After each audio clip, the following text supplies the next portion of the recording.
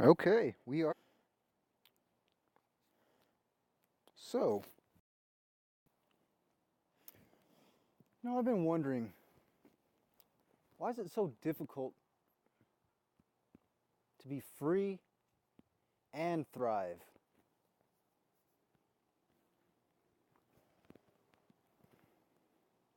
Why is it so hard to be truly happy and wealthy?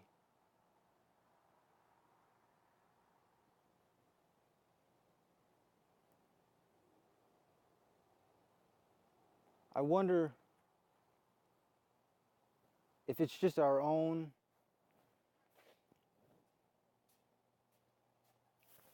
doing.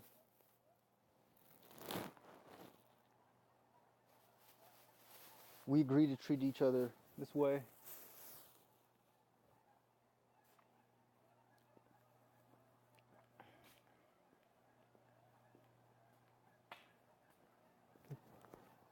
And it's like the people who deserve the places in power, the people who are trustworthy, the people who have the greater good in mind are those who absolutely are not in power, are not rich. Not always, but a lot of the time. I think we always like to look at another group of people and say they're to blame.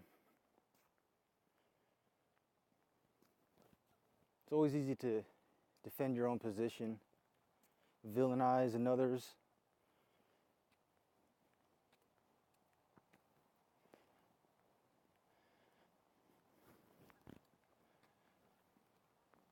It's really hard to look in the mirror sometimes, especially when you can only see through a certain lens.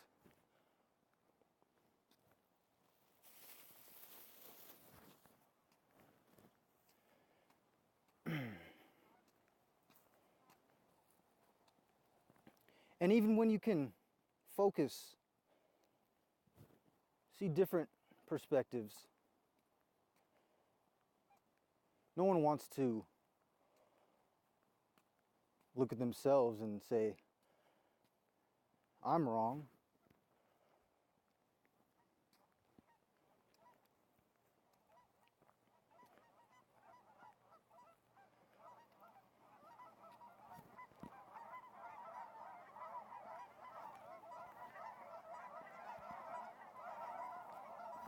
But you know what? I think everybody's wrong in their own way. And it's just realizing it, learning from it, and being better.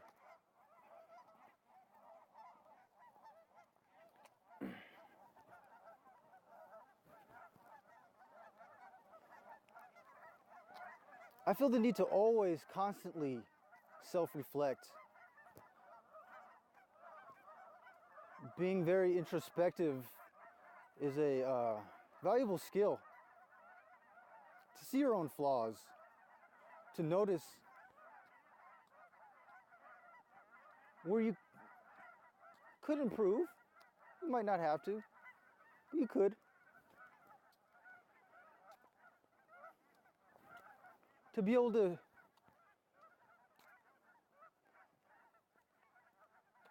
not judge yourself, but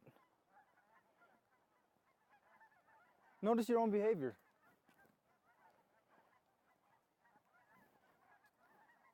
Because there's always room for improvement. I'm just like the rest of you, learning new stuff every day. Well, I hope the rest of you. Because there's so much to learn, there's so much new ideas coming out and ways of doing things and efficiencies that can be had.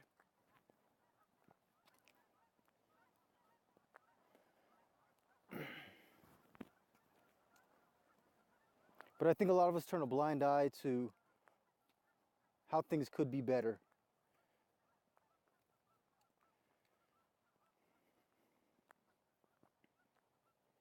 I think there's so many people out here with so much potential.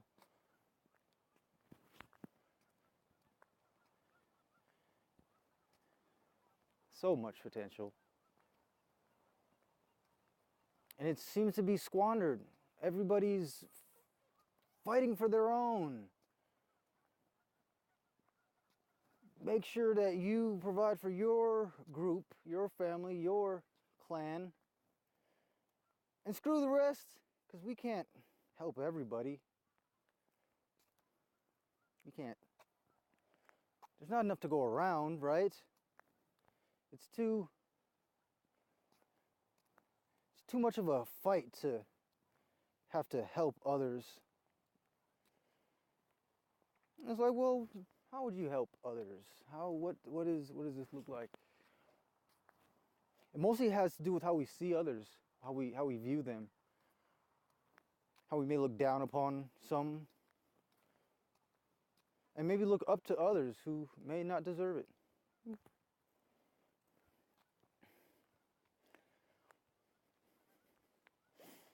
I don't know if anybody's noticed how absolutely inefficient we are with how we spend things, how we do things, how we waste things.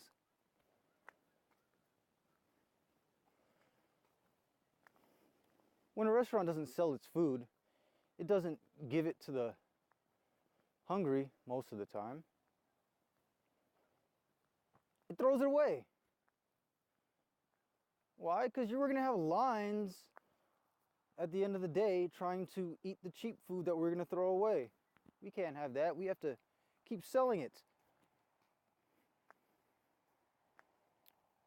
We can't just take these and give it to those who need it because they haven't paid for it. And now everybody's gonna want it for free. Now everybody's gonna line up at the end of the day and get the free leftovers. So we have to throw it away.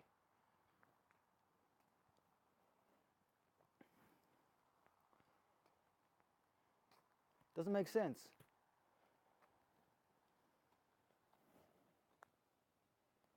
If we all realized how much we waste because somebody didn't buy it,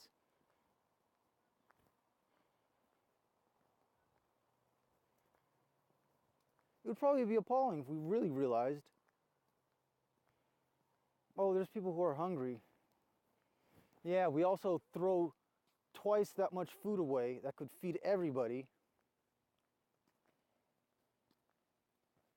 Well, we know this, we kind of know this. Why do we keep doing it?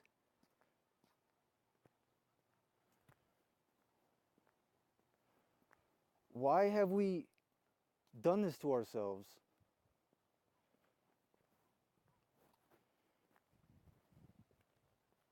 You say, well, we're kind of in a bind, It's difficult questions.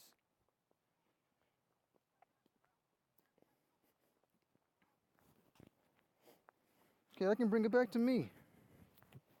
Why can't somebody with a lot of money just give me some of their money?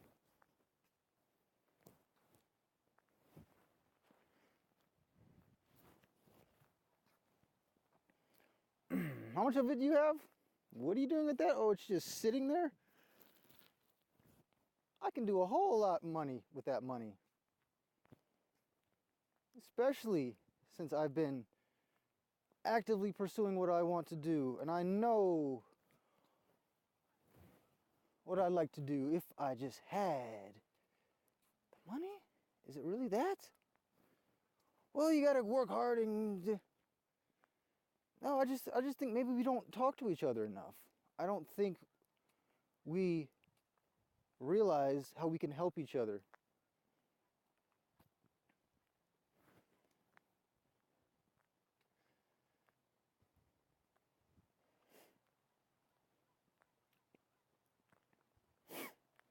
I don't think we realize that we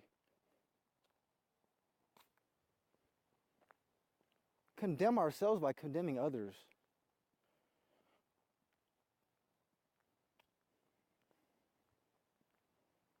We don't want people to be smart because now we can't take advantage of them anymore.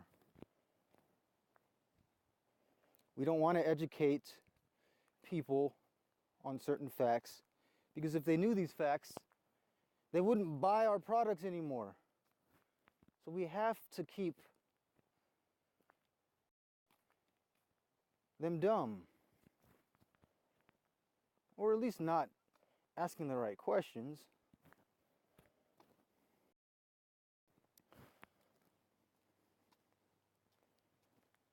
There's a certain level of education and understanding I think we should all have as human beings.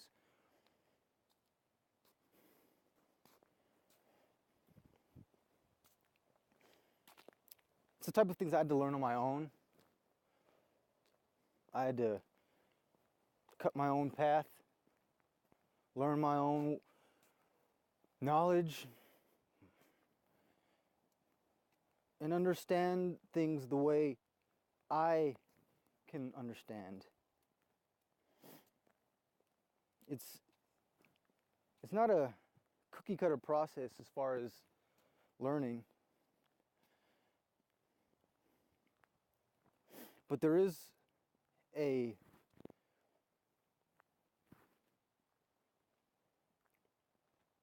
seems like there's a necessity to keep people from understanding certain things in order to maintain power. And we can blame groups, but it happens everywhere, all the time. No one really wants to question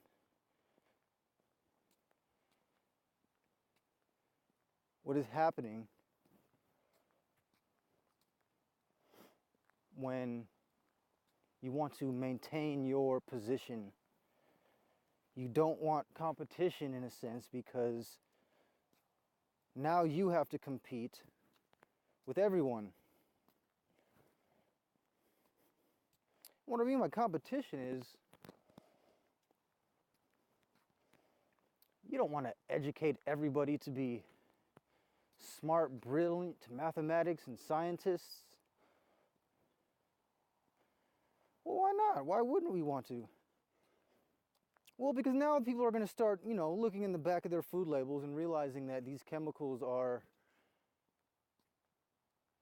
not healthy for us, and then we'll start doing our calculations on how we are paying all this interest on money that was invented from almost thin air. Of course, if you keep this knowledge from people, they wouldn't question it. They wouldn't have the ability to understand the game that's being played. And it's a big game.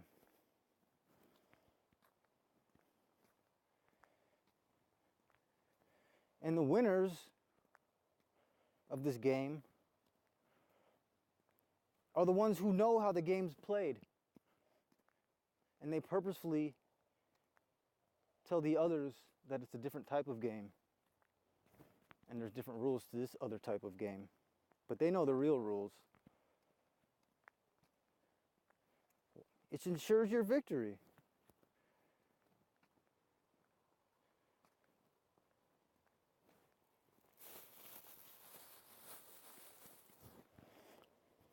So what's the game?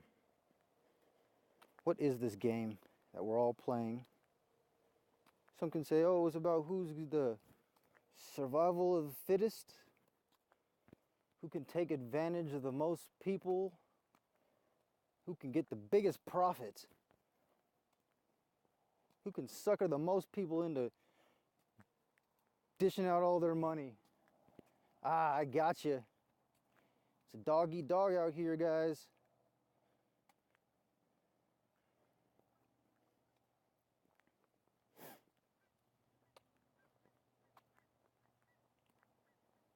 The main point of the game is knowledge. If you ever heard knowledge is power, well, if that's true, then you don't want to share power, right? So you just keep some knowledge to yourself. And if you really want to play the game good, you tweak the knowledge. You just mess with it. You mess with it a little bit so you can't really understand.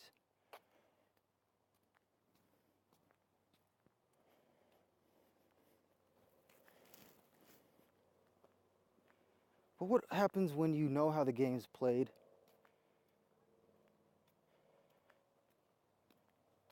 Does that mean, oh, now you can be the one with power? No, I don't want to play that game.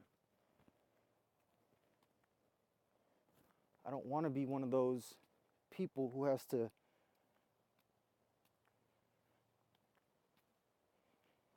be afraid of the potential of others because you don't want them to know what you know. Because if they knew what you knew, you'd have to compete with them. It's this whole idea of competition, like we are competing with each other. Like we have to be the meanest dog in the pack so we can win.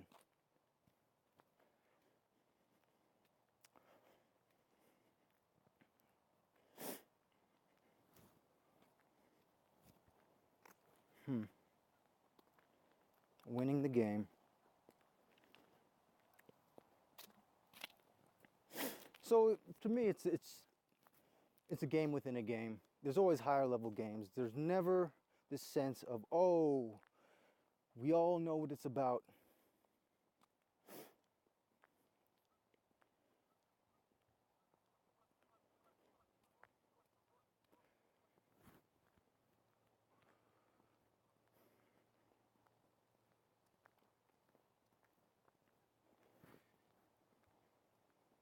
Being an independent thinker is a very valuable trait.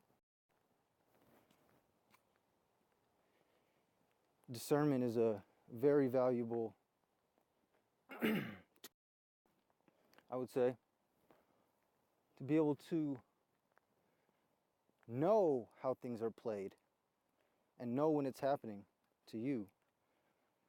Therefore, you're not suckered into the traps of the games that are being perpetuated.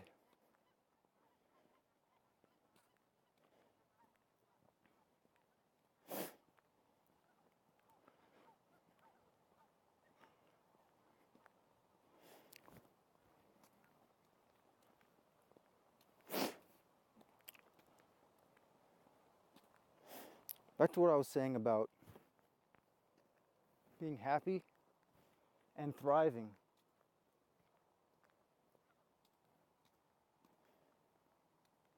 I always thought there was something strange.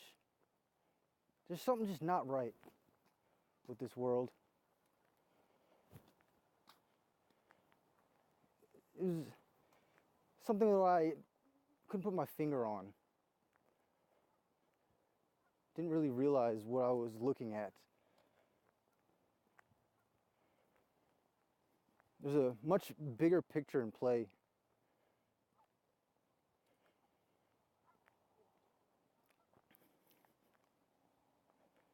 We think we're just mere humans on this planet, descended from monkeys, and we're the only ones out here.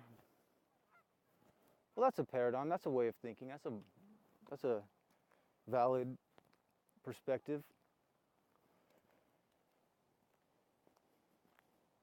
What about if there's more?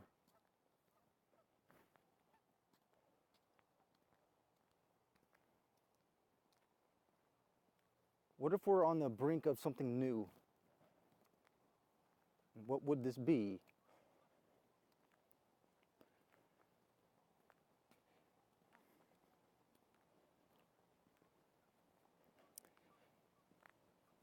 We're on the brink of a new level of civilization.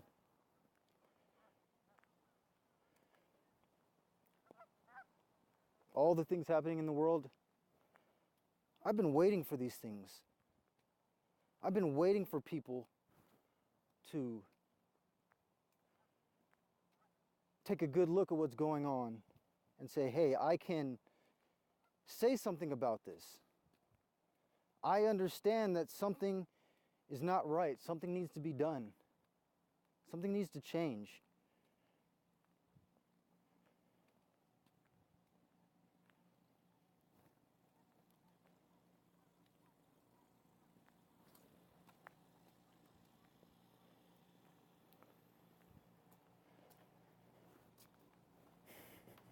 What is that needs to change? I think it's ourselves. Everybody's going through their own learning lessons. It's the earth experience. So many people and souls are here on earth. We're here for a reason. We're here to learn, and we're here to evolve, to become better. It's something that I've realized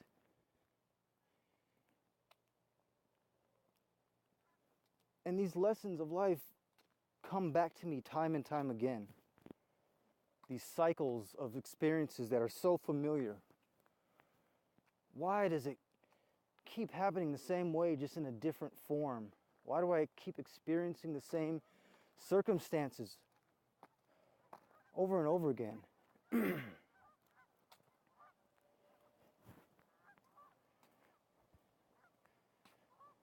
It's the universe telling you that you haven't learned it yet.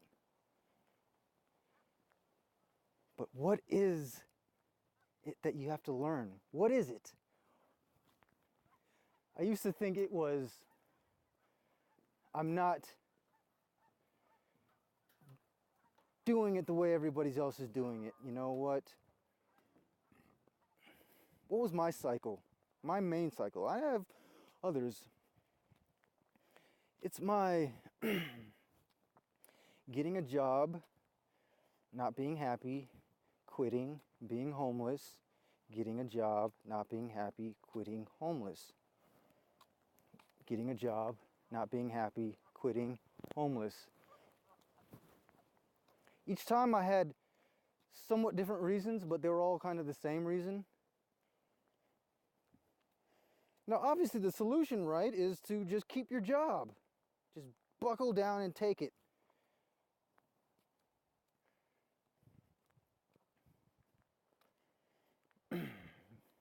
I did keep jobs for quite a while. It was help. It kept me in a stable situation, I guess I can say. But I always felt free when I quit. I felt like, oh, a weight's been dropped. Maybe I would say, okay, this is about me standing up for myself and taking it to the man, right?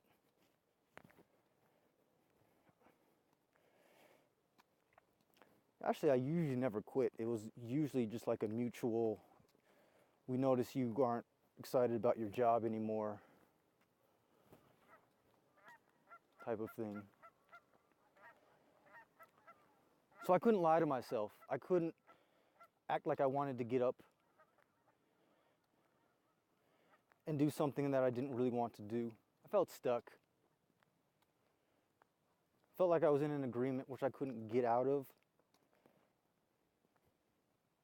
And when I finally got the opportunity to get out, whether that's getting fired or finding some way out, I took it.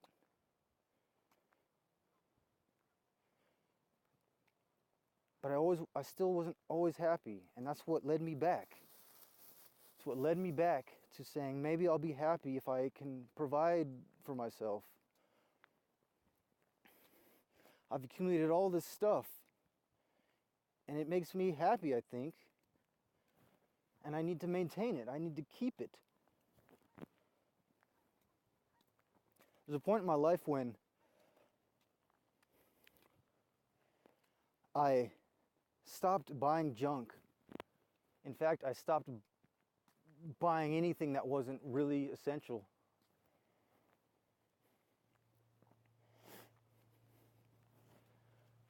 I've seen the show Hoarders. Now that is an extreme case of what I'm talking about. Hoarders are people who accumulate and accumulate. They gain pleasure from these physical items. Psychologists could probably say there's some childhood traumas or needs to, or there's some sort of lack in somebody's life where they need to make up for it by accumulation. At a point I realized that these were tying me down and almost making me feel bad. I would buy something and never use it. And now I'm looking at all this stuff and I feel like I've wasted. Why did I buy that? Why did I need that?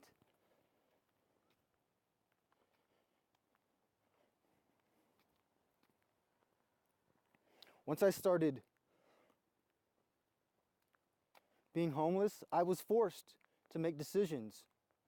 I have to get rid of this stuff. I cannot take this bed with me. I cannot take this with me. I cannot take that with me. It just can't happen. We've all moved. We've all sold some of our stuff. But then what do? We go back and accumulate more. It's something that, this is not something that everyone needs to do. No one needs to just throw away everything in their life. But I didn't realize how some physical objects can actually be what binds me to my own despair.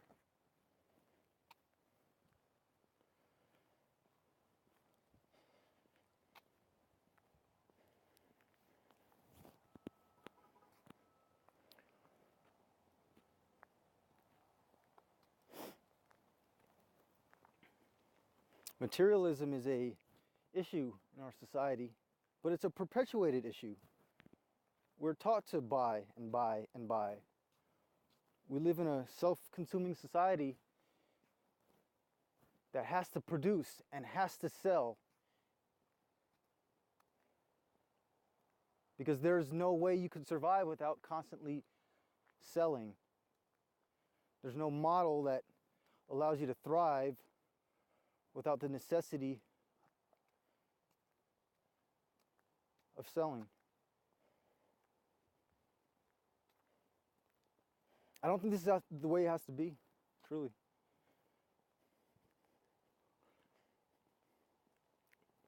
Why don't we make products that last 100 years? Why do we purposely make products that break down and need to be replaced?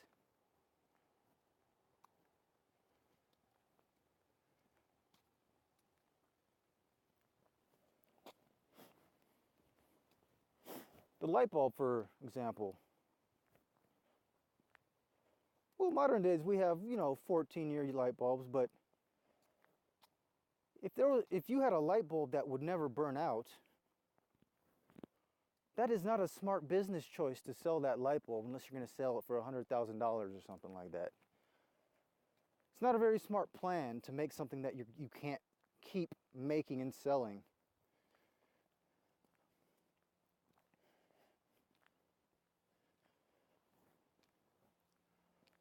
So what do? We make it break on purpose.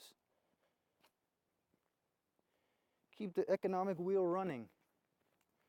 We need consumers. We need people to constantly buy something so we can constantly make something, so we can constantly profit. And that keeps the wheel moving. It's very inefficient. We don't value long-standing things. We don't value things that last a long time. Or we do, but we just don't make them. We don't say that's important.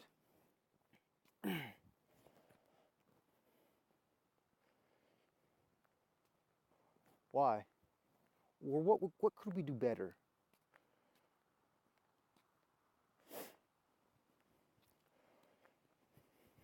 How can we actually start making things that don't necessarily have to break, and we can move on to other things?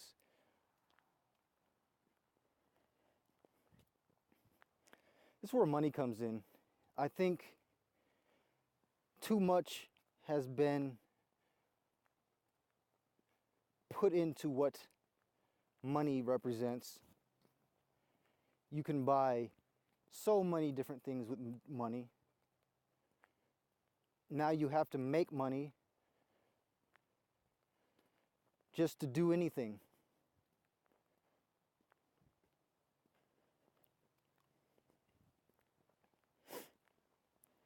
If people were given the things that they desire for doing things that benefited humanity, you wouldn't need everybody to make money. There would be this recognition of your contribution. You want a house? Here's a house. Why? You have been a very valuable asset, creating lots of great things that don't break, and you're going to be rewarded. It's a simple concept to me. We're going to make sure that you thrive because we value your contributions.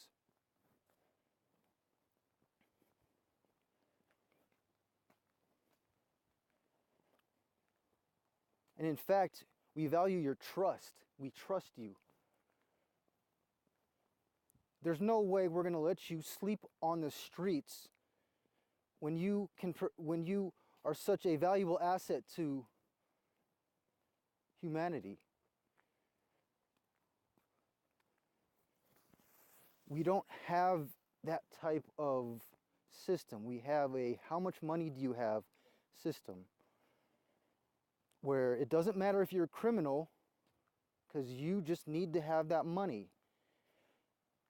Trust is not a part of this at all.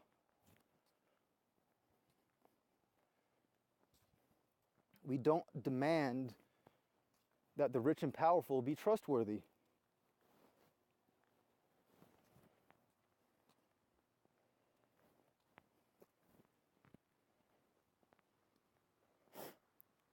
Doesn't matter. Get it how you get it. Get that money any way that you get it.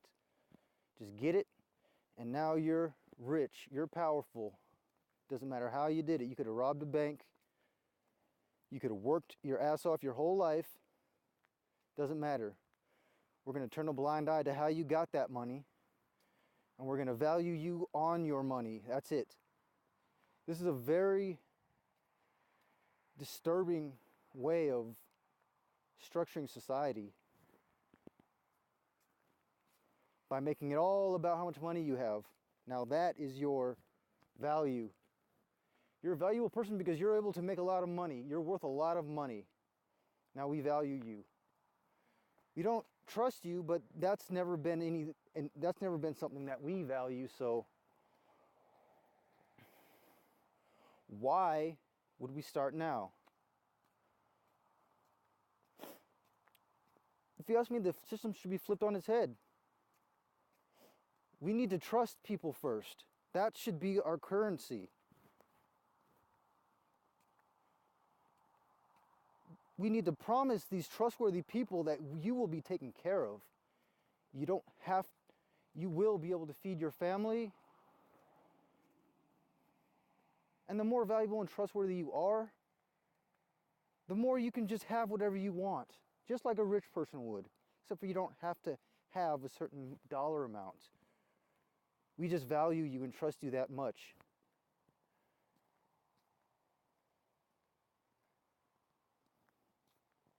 Everybody could do what they love to do. Okay, somebody's got to pick up the trash, but hey, guess what? We're gonna pay them. We're gonna give them a mansion, right? Whoever wants to pick up the trash because nobody wants to do it, you are now a very valuable asset because you're doing something that probably no one wants to do, but maybe we can find somebody who does. Just imagine every day people can wake up and do something. Just do something. And because they did something, now they have worth and value. Now they can get a meal without having to pay for it because it's like, oh yeah, you did something today. I did something today too. I make food. You mowed people's lawns. Here's some of this food. Of course you don't have to pay me. We all do stuff, so here.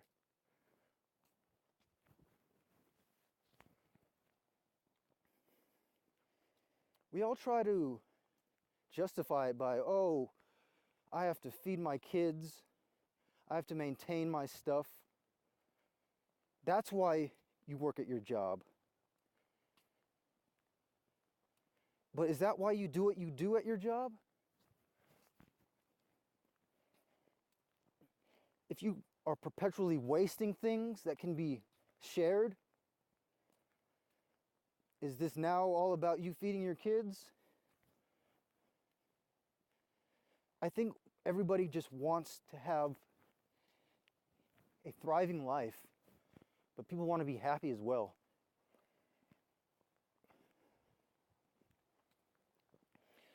And to thrive, you have to compete. You have to get in there and get that money. There's no baseline that says you're going to be taken care of. Don't worry. Don't worry. Even if you lost the competition, even if you didn't make the profit you thought you were going to make, don't worry. You're not going to lose your house. You're not going to lose this. You might have to move on to a different model of business. Obviously, what you were doing didn't work, but you've been providing value.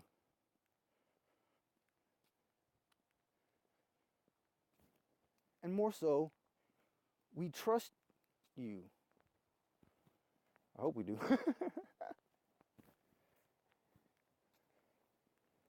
And those who betray our trust, they don't get all the good stuff that the trustworthy people get. Why? Because they've abused the trust that we've given them.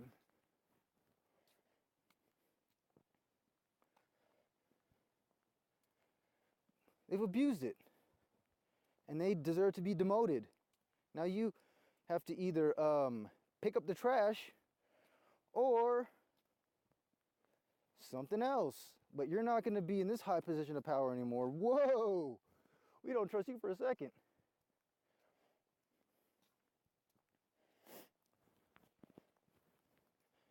I think what people are worried about is the fact that if we did start to equalize wealth, everybody would want the good stuff.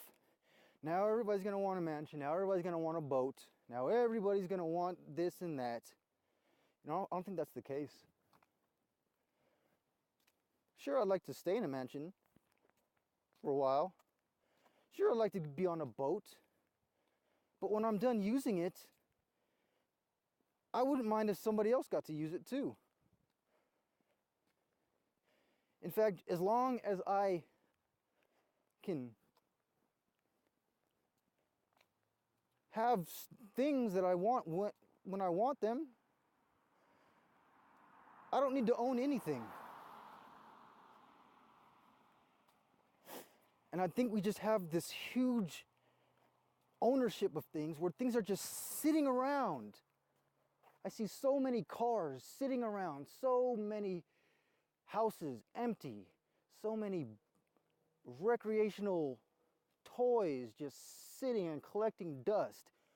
We would love to use these. It would be so much more efficient if we used all of the things that we have right now. And when they need to be rebuilt, let's rebuild them. But let's just sit on all this stuff. This person over here needs a car. They're walking to work. They're taking the bus. There's a car sitting right there. Oh, well, I don't want you to tear up my car. I have 5 cars. You can't drive any of them. Why? Because they're mine.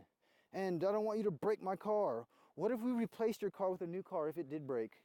What if when your car does break, we replace it? Can you share your car then? This idea of ownership, this idea that these things are mine and I'm not sharing with anybody. And I'd like to collect more and more and more. And if I do share, I'm sharing with the highest bidder.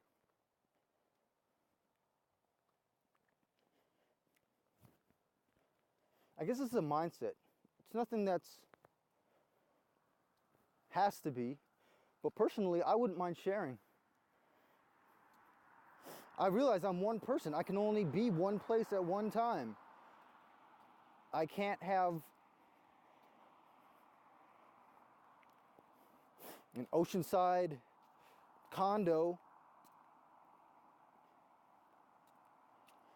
Oh, and I also have a mansion in New York. I have a little cottage in Vail. It's like, oh, that's why we have timeshares, right? Ooh, don't even get me started. But you have to keep paying for them, even if you don't want it, even if you don't use it. It's this model that doesn't really utilize sharing very well. So the idea of everybody wanting the best, I think different people want different things. Some people want to eat a steak dinner every night. Other people are just fine with a little cup of soup. Some people demand that they have a jacuzzi and a hot tub because they just have to have one.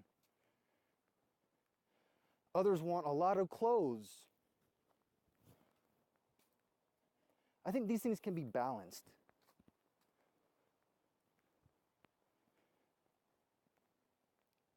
I think one person can be given whatever food they want, but you can't have a food and a mansion unless you're more of a valuable asset, I guess I would say. In this world, it would be called wealthy, but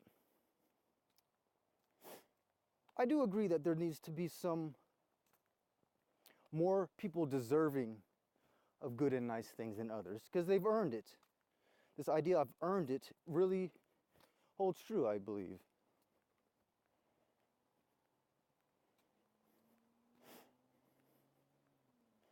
But to have earned something in a very bad way and to have tricked people into thinking that you've earned it the right way means you don't really deserve it.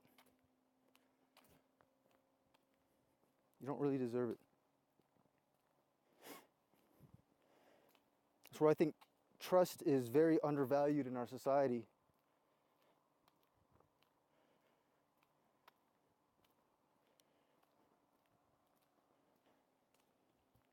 I think giving everybody a stable place to live is essential. But some don't have the same necessities that others do. You could have a huge dorm room, military-style bunk beds. I'd be fine, especially right now, just crashing on one of those whenever I wanted to. Hey, it's free. Everybody gets to at least crash on a bed. There is going to be a bed for everybody. Oh, well, you want a water bed with a nice ceiling fan and all this good stuff. Well, you know what? How trustworthy are you? How valuable is your contribution to society? Can we still have bums who just don't want to do anything? Yeah, sure. But as soon as they ask for a boat of their own, we're going to say, you know what? We'll give you a boat, but you're going to have to sleep here and eat here because you can't have it all with your current value level. Up your value, man. Make us trust you more. Have us trust you more. Something you earn. I think there's a lot of people in our history who have done great things for society. So we're almost like they won a free ride. They can retire. Say, look, I've helped out society. I don't have to do anything more. I'm valued to where I can retire. We have these concepts, but it's as though you had to have worked. Doesn't matter how much money you made. You can only get your retirement once you've put the time and effort and work in. People just say they take retirement because, hey, it's I can just do that. They like to keep working. Hey, we can just keep on working. Why not? A lot of people, when they retire, they find that they're not satisfied with the lazy life. It's a common thing. I don't think anybody really wants to just sit on their ass all day. Some do. Some do. But we don't have roles for everybody. And you have to climb your way to the top to get that position that you want, to get that money that you want, to get all the things that you want in life. And you have to play the same game everybody's playing, which is a rigged game. But it doesn't matter because I'm winning it. I'm farther ahead than you. And then we have these losers, supposedly, of the game. Cast out. They don't know how to play.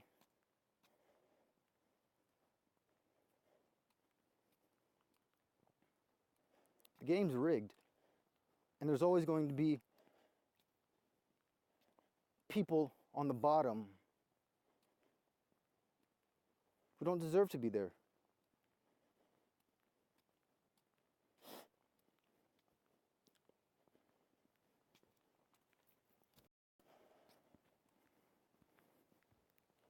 I think more and more we understand what trust is.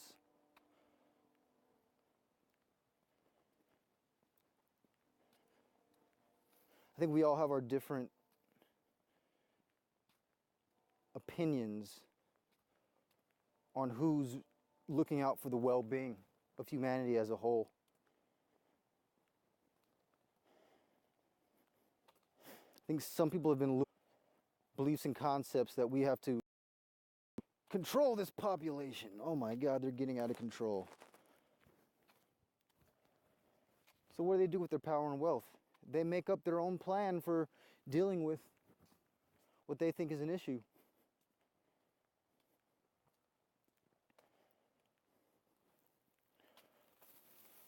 These are the lives of people.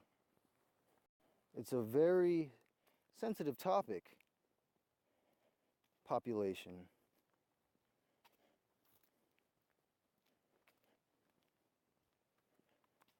But there's very deeply rooted nationalistic and racist ideas that I think drive population. Because no matter what, at some point, you can't keep it unless you expand out into other planets and things like that.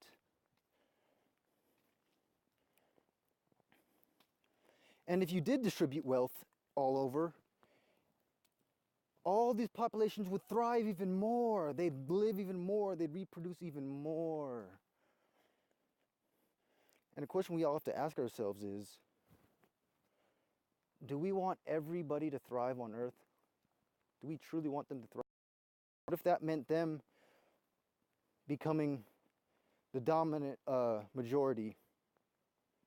Now these people who are now thriving, now they're just overpopulating, supposedly, right?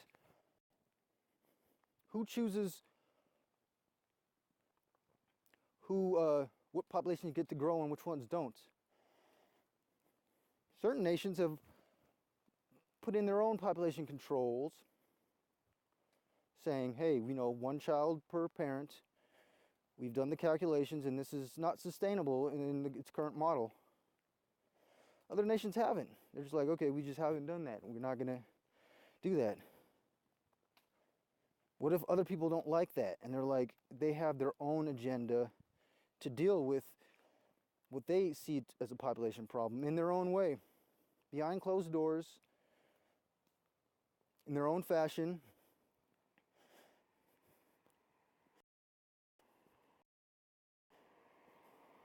Eugenics comes to mind, where you can say, okay, let's just weed out the undesirables, the genetically inferior ones that we have chosen in a certain way, and let's make it so that they can't reproduce. Or, in the case of historical times, kill them off. We're doing it for humanity.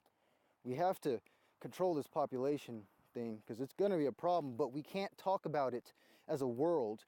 We can't openly talk about who gets to thrive and who gets to die, because we all have our own ideas of who we think should thrive. This is a problem. It's a problem I think we as humanity need to address. Our own individual and collective views on population and on races and on who gets to live.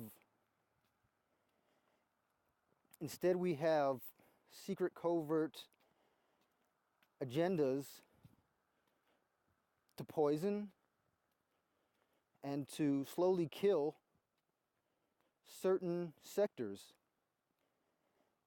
You can't openly talk about these type of things. I'm sure these individuals think they're doing the best.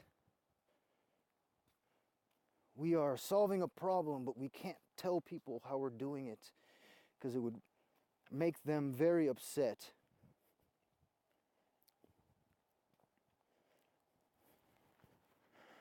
If they only knew we were feeding them poison, if they only knew we had a very direct agenda when it comes to who we want to live and who we don't want to live, that wouldn't make a lot of people happy. In fact, that would upset a lot of people.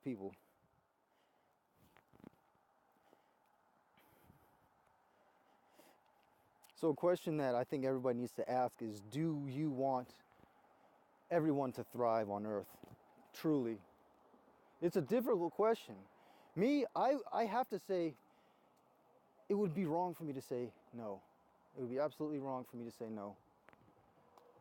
Absolutely. Because I think there's more options, personally. Well, I think there's more planets. I think humanity is a budding civilization destined for the stars. If everybody moved off planet, there's no population problem because you just keep moving out. Now, obviously, there's always some type of ideas of who can have, how many children you can have. But to me, it's simple. It's just, if you decide to have a lot of children, it's like there's just a higher price to pay. There's less luxuries to be had unless you are more a valuable, trustworthy person. Where it's an individual's decision how many children they have. And they can say, you know what? I want that nice fancy car. And I want that house over there. But a lot of the resources that I've come upon will have to be distributed toward raising them. It's kind of tough to have this many mouths to feed, right?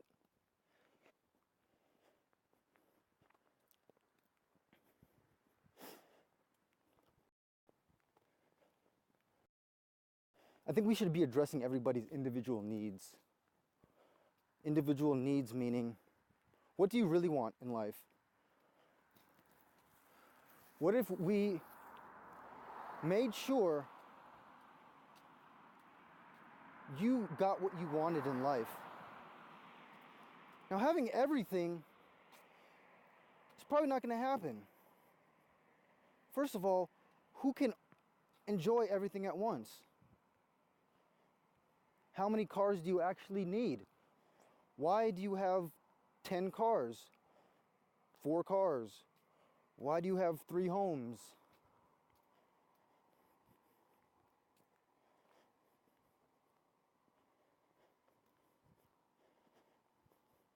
Well, I earned it. I worked very hard for it.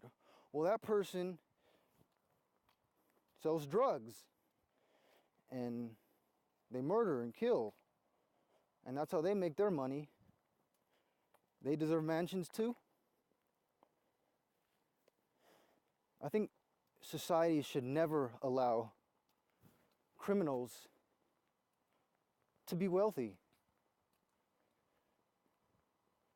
We should know, how did you make your money? I don't care that you're rich. I'm not going to sell this to you unless I know how you made your money. We don't do that. We just take dirty money because it looks clean.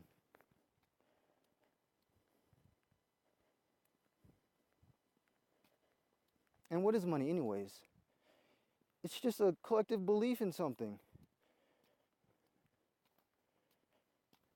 You could take anything and turn it into money. If everybody believed in it, you could invent a currency. And if people valued that, then hey.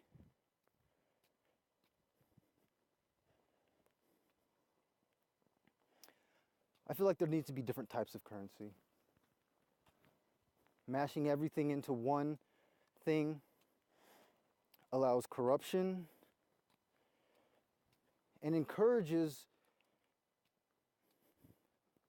malevolent behavior. Of course, there's penalties if you're caught, but not if you're beyond the rules. Not if you're beyond the rules.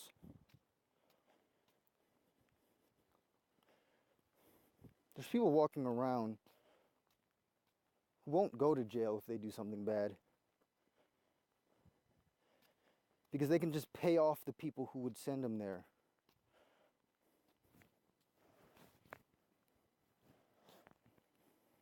Money can be used to get away with anything. These are the people who absolutely don't want to trust to be a type of currency. It's a simple world, I think. Simple. Who's the most rich and powerful? Who's the most trustworthy? And who's the most valuable to us? Who do we acknowledge as you play a crucial. It's a balance.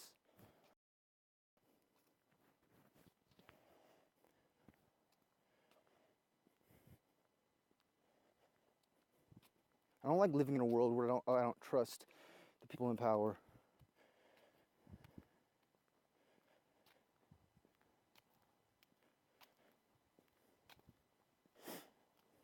But I think inherently we all have this notion.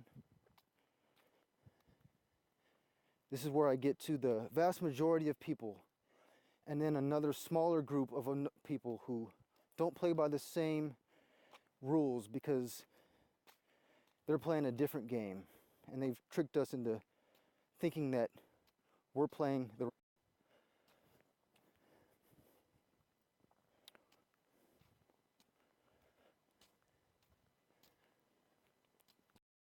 Simple to me. Transparency. Demand efficiency. Hey, we want to see all the accounting. We want to see every dollar that goes to who and why. We want to see your profit margin. How much are you marking up your product? Why are you marking it up that much? Why do you need to accumulate so much wealth? Where is this leading? It's just going to be accumulation, accumulation, accumulation.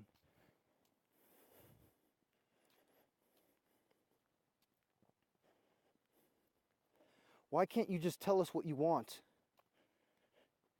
And we can give what we want to each other.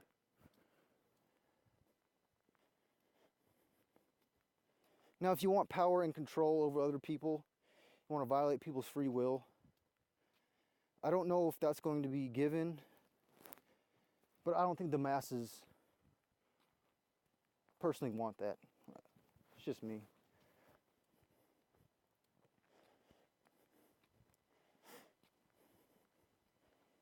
I think every individual has things that they desire, that they define as thriving, that they want to experience in life. And I believe that we can provide that for each other, give each other a great standard of living.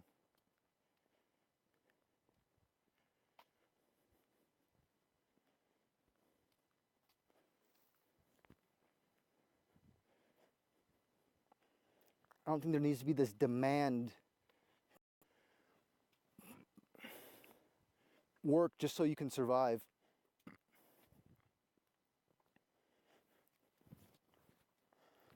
It's the main issue with me.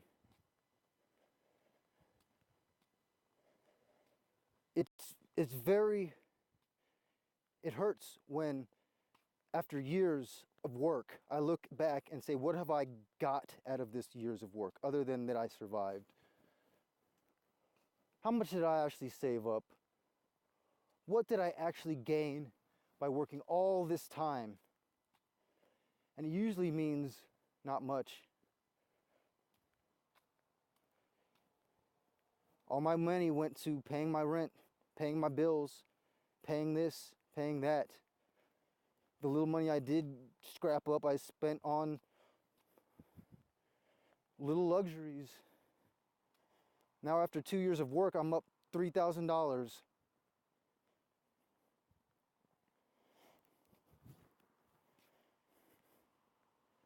And in the meanwhile, I had to sacrifice my own wants, desires, goals for survival.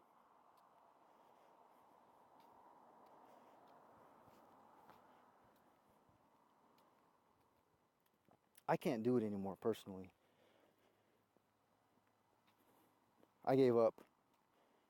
I said it's not worth it. I'm not going to work to live when I can live to do my work. And if that means me not having a place to stay, I'll do it.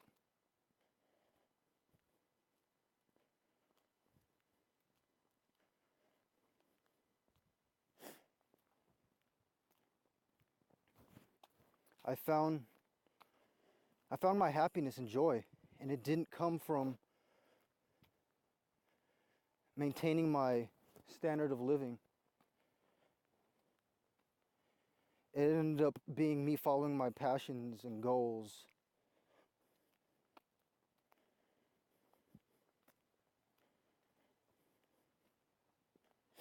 So many days,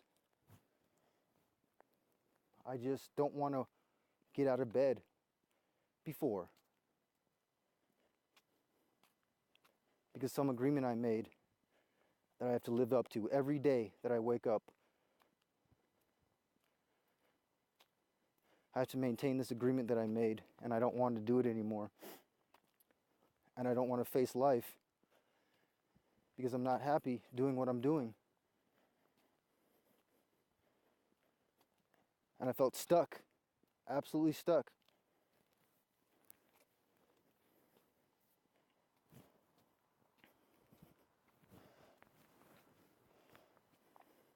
I reached a point where I really noticed, I really recognized how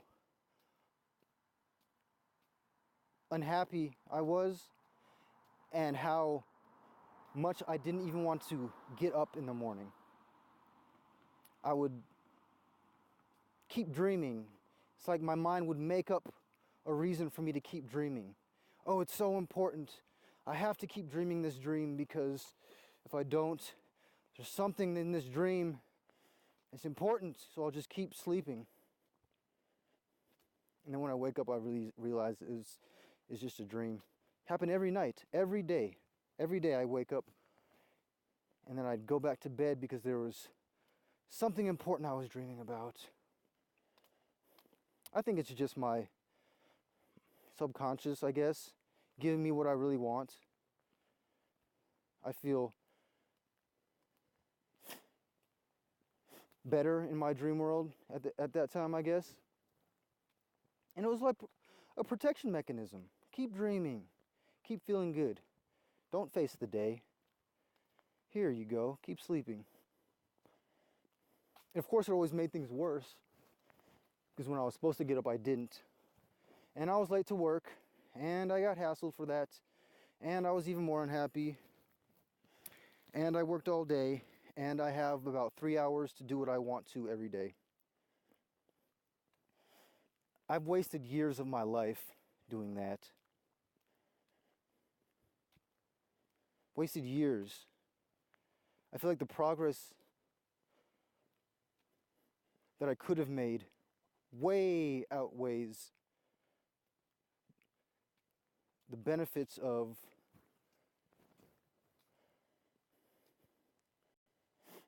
a stable situation.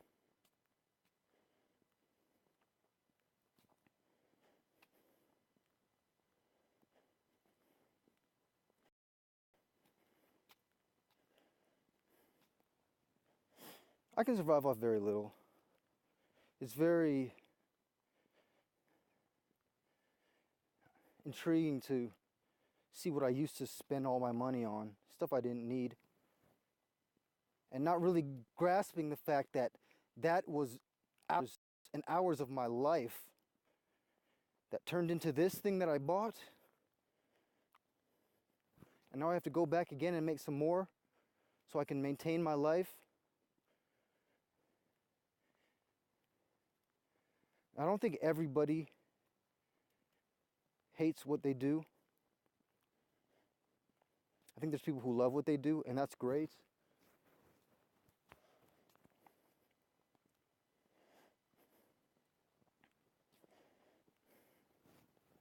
But I think there's a lot of people who know what they want to do, know how they want to serve, know how they want to help and benefit. It's not always selfish and greedy.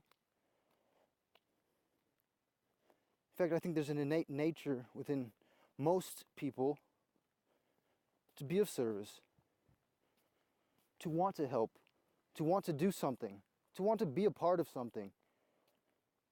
And it's like we don't let ourselves be a part of something. You have to play the game. You have to keep playing it.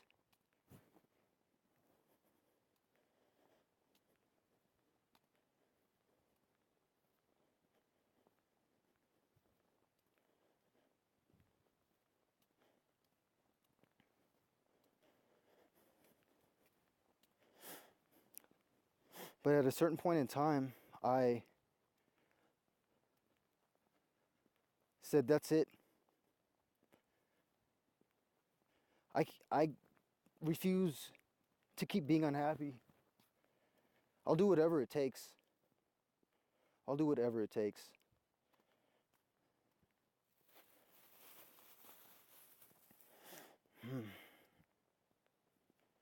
I want to jump out of bed in the morning. I want to be excited for what I do.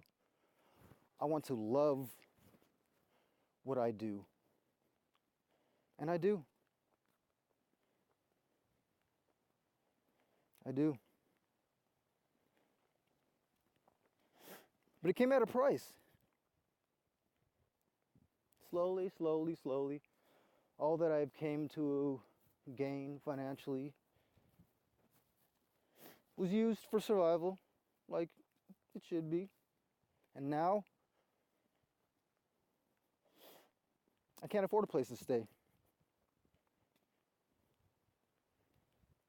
In the past, I would have, at some point, broke and came crawling back to the job world. It's not that I'm not willing to have a job. Not that at all. It's that I'm not willing to work for others' ideas that I think are short-sighted and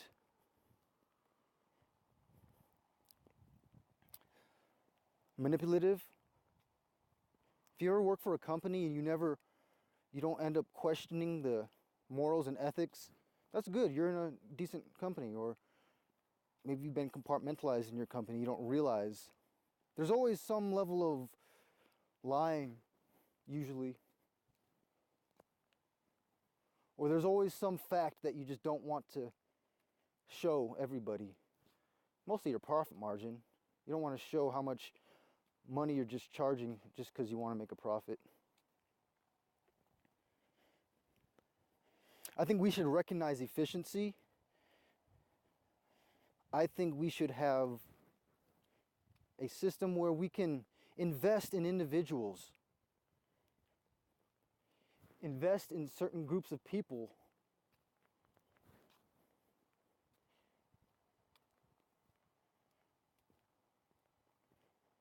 get corporations out of the way and just look at the people involved.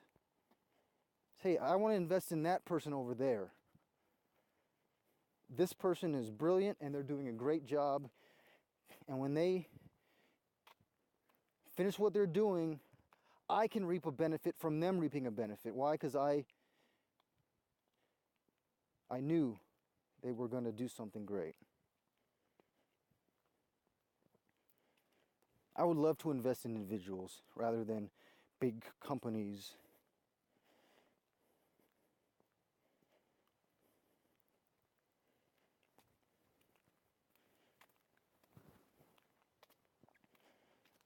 I think everybody can have something to do every day.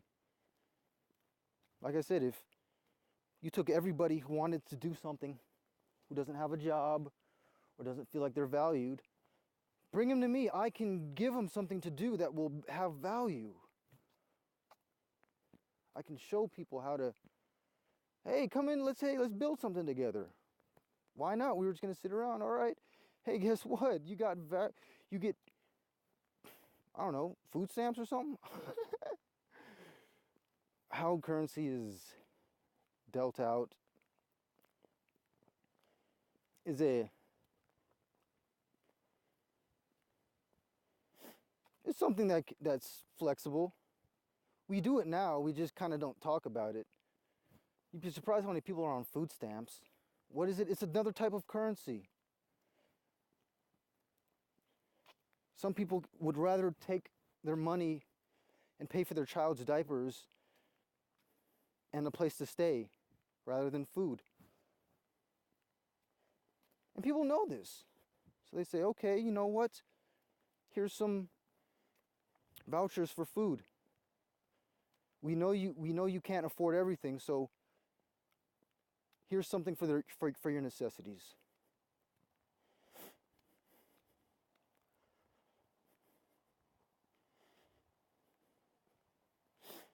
It's kind of the concept of giving everyone an allowance. Everyone deserves some base minimum. What they do with it, it's up to them. If they want to take everything they have and put it into drugs, then you know what? I don't really mind if you're sleeping on the streets. You're getting high and stuff, but you're really probably not helping anyone. But for the people who would take that and actually use it so they don't have to survive so hard, they don't have to work so hard to survive, that's where it's useful. That's where I think it would be so helpful. When I was a kid, I always thought to myself, man, it's got to be hard surviving in the real world, having to make money, having to make your own way. Man, it's tough. I ended up being pretty right. It's not easy.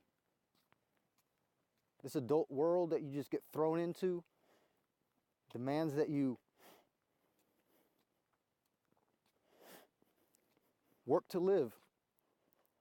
Now, not everybody. Some people just don't have to do that. Some people just have it. And we accept this. We accept people inheriting wealth from other people, and now they don't have to work hard like the rest of us, because somehow they're entitled. I believe everybody should have to earn their right to be valued in society. You don't just get to inherit it.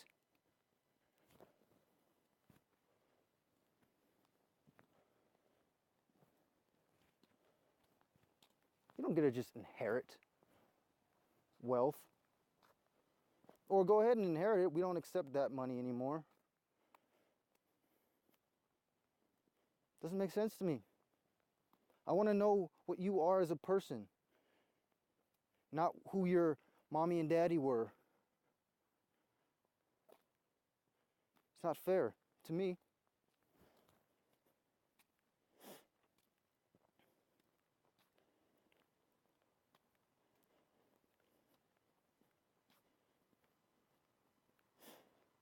I think if people want to be recognized for their talents and their skills, they'll work hard to develop their talents and skills. They won't have to rely on other means to convince people that they're important. What they do speaks for itself. It speaks for itself.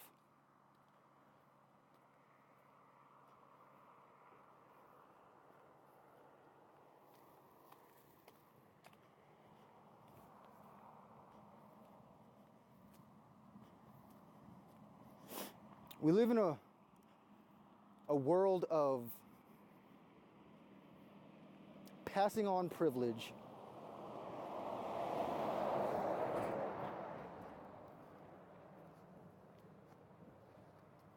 Some countries are worse than others.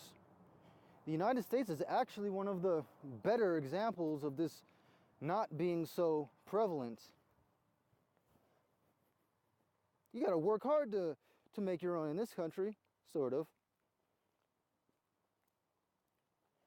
Other country, just by birth, you're poor. By birthright, you will not rise the ladder. It is set up in such a way that you will probably never make it to the higher levels of society, purely because of who your parents were.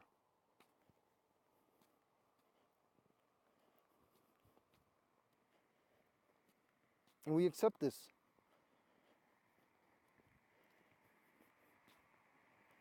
And we have people who are more interested in accumulating wealth and keeping their power than we are people who actually provide value and skill and talent, and most importantly, trust.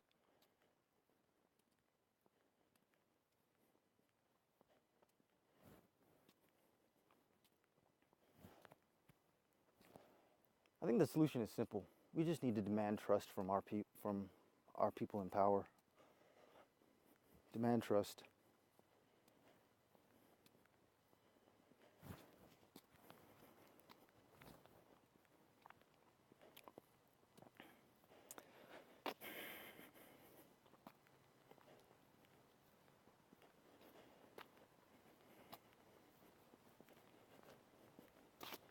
Well, what is trust? How do we gauge trust? How do we measure trust? How do we find out how to really trust people? How do we create a system where trust is the most valuable commodity?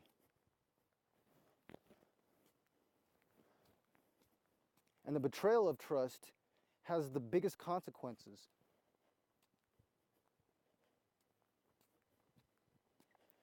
And these aren't the consequences you're thinking of. In fact, I think it's very sad, very, very, very sad, that we stick people in a prison and jails to sit forever based on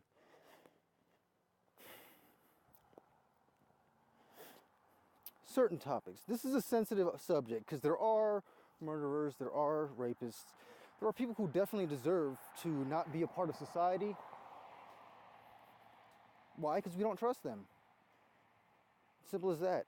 We don't trust you. But to lock people in a cell, that's not helping.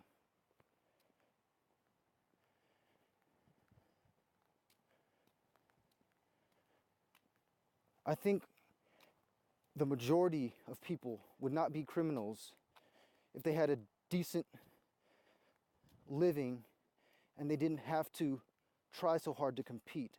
If it became impossible to rob a bank and spend that money, then people wouldn't do it. If you had to show where you got your money from, you wouldn't have to question their trustworthiness. You knew they got it from a legitimate source.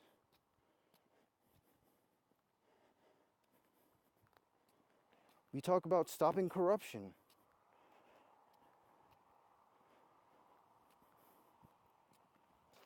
Why don't we just look where the money's going? Why don't we just have a system in which all you have to do is just open your books, show all the money flowing, show where every dollar is going, so that everybody can see.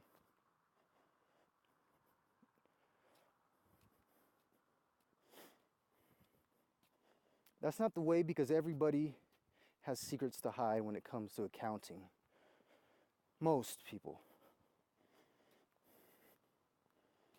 Honestly, if I started a company, I wouldn't mind showing you everything.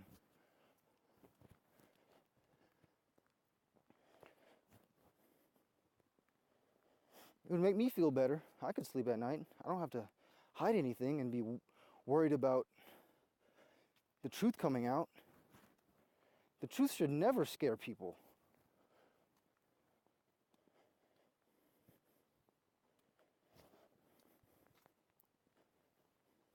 Truth is, truth scares a lot of people.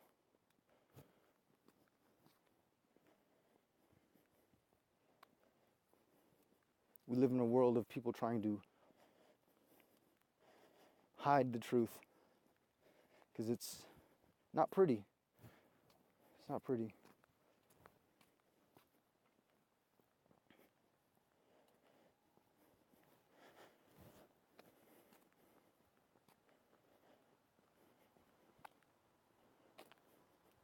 So switching topics, just walking and talking to myself.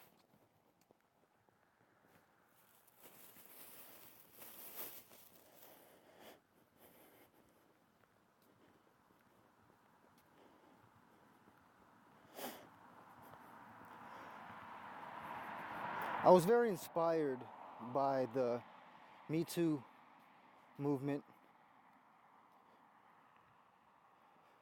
I think we're in a time like no other in human history. Women make up more than half of the population. And it's around at least a third have been in some way sexually abused. It's a very sobering and painful fact that we have to accept now. But this whole time there was this sneaky oppression that seemed to be uncovered and revealed for what it was. Something that's been going on for a long time. Goes on different levels in different areas. We've come a long way, but I think this is the biggest step toward healing. And that's what we really need as humans, to heal from these wounds that we've inflicted on each other.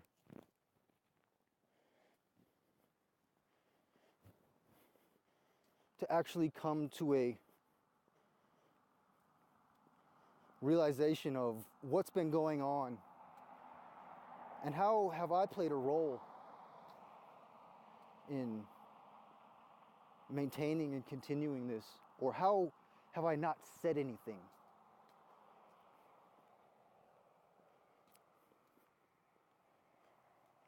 I think a lot of people may blame themselves for not speaking up. But we're in a new day. And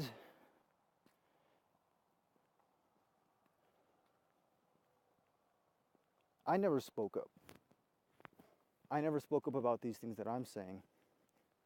I never spoke what I thought should be spoken in my own way.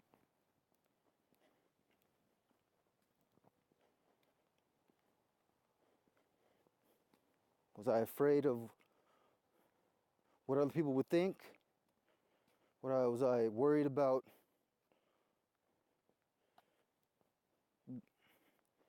what other people would say? What other people would do? Probably. So I've been inspired.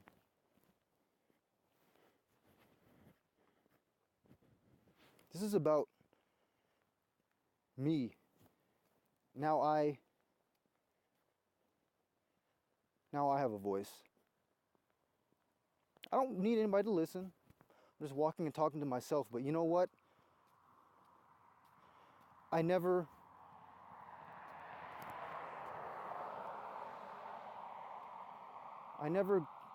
spoke my mind all the time. I never did what I thought I probably should do when it comes to being vocal.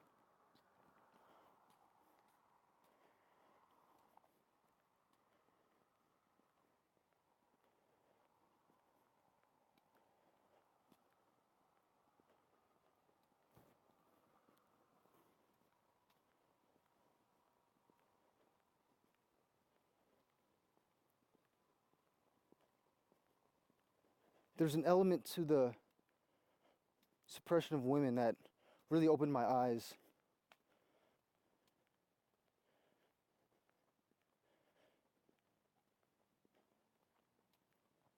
It's that we all have a voice. We all have something to say, but we don't say it. We keep each other pinned down from speaking out loud.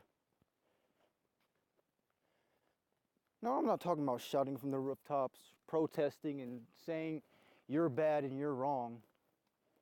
It's just speaking.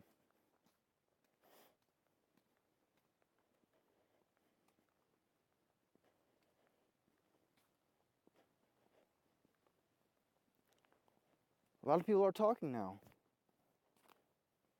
A lot of people are discussing things that they never thought they would discuss openly.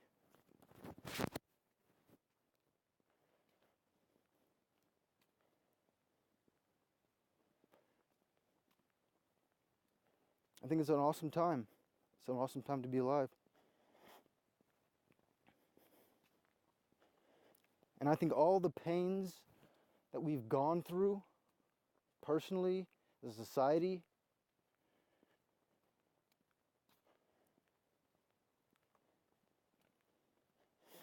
we will heal it through our discussion of these things.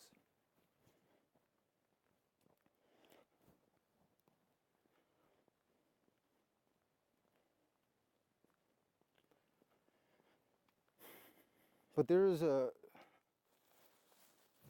element of resistance to any type of truth movement, I guess you can say. It's really tough to be the perpetrator and to admit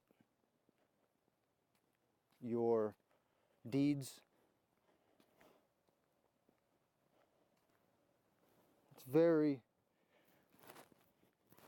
tough to decide whether you want to come clean and be honest, or whether you want to keep the lie going as long as you possibly can, because it's gone too far and you just can't give this up.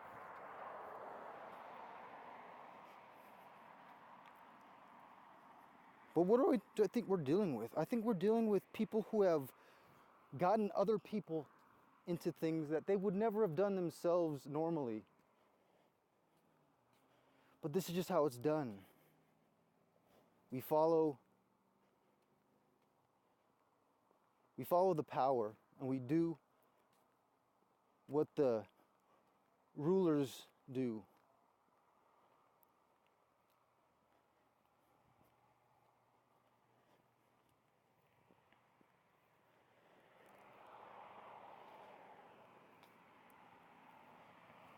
There's a trafficking problem in this world. Trafficking of guns, drugs, humans, children.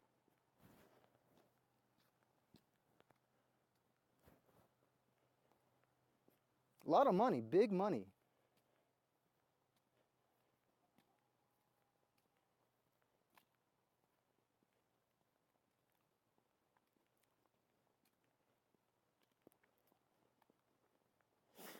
When we find out who is benefiting from all of these illegal actions, it's probably going to disturb us very much.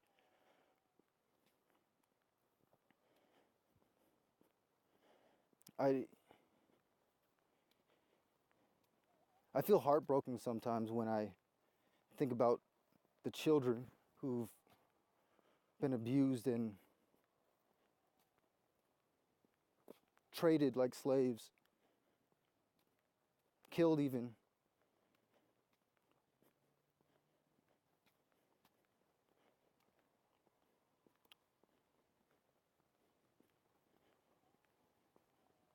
We've been given a pretty picture of the world.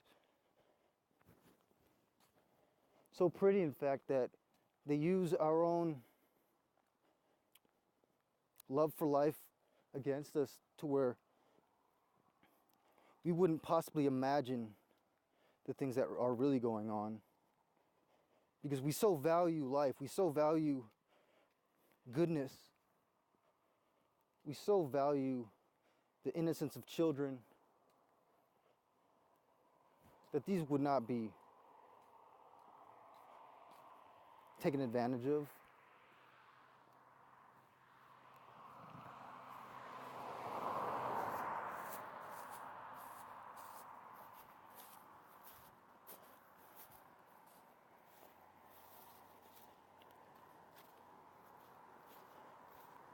I've never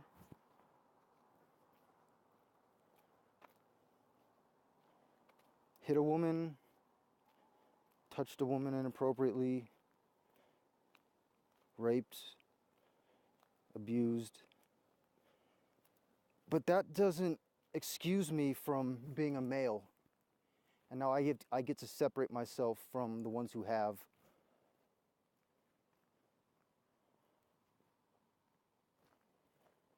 I feel bad. I feel as though I've done something wrong.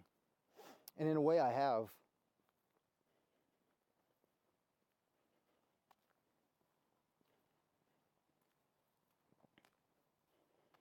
I've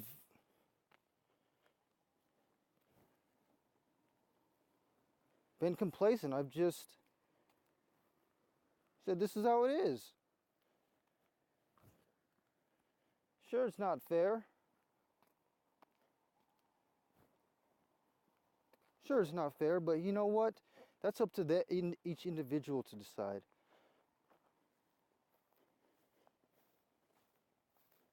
We can change things without it having to come to big exposures. We can identify things in our society that have problems and change them.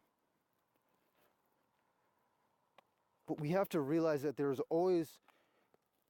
this group of people who just don't want this change.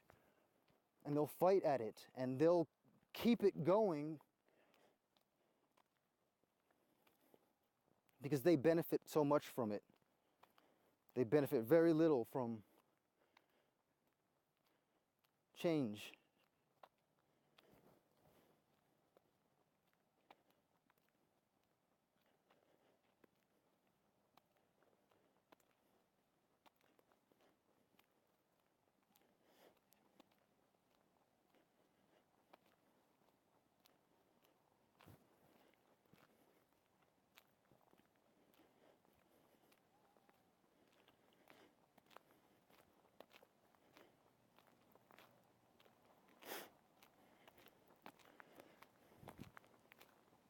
I guess there's a fear aspect to it.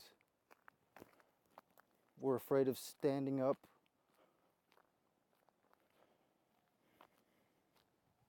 But I don't think anymore. I don't think anymore.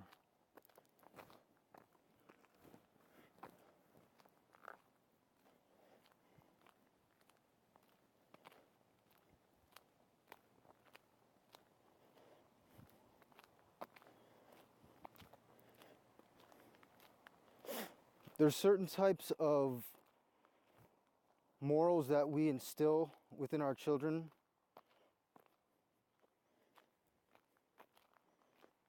And there's some that we do not instill within them.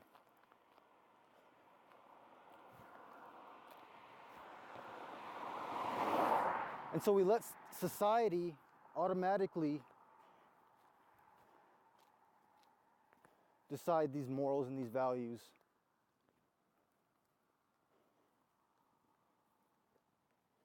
Oh, boys have to be tough and have guns. They have to be strong. And girls, they have to be pretty. And they have to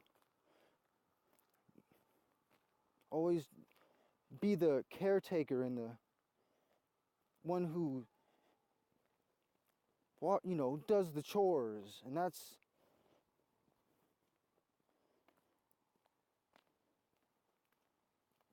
the stigmas that we are raised with. Most times.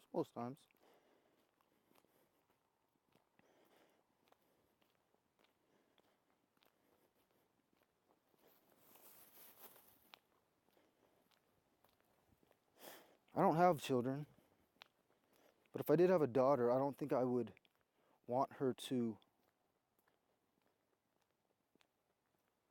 have any type of notion that she's less than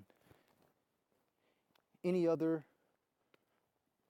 boy or girl just based on how she was born.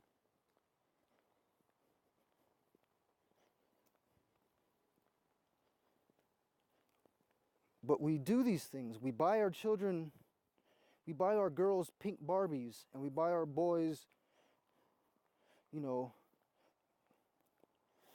G.I. Joes and guns.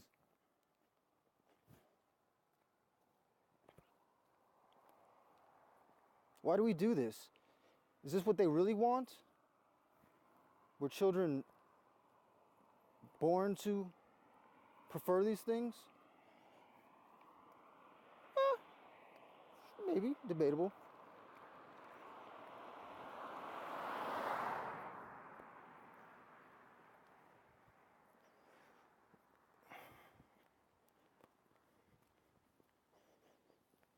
We'll set our kids in front of TVs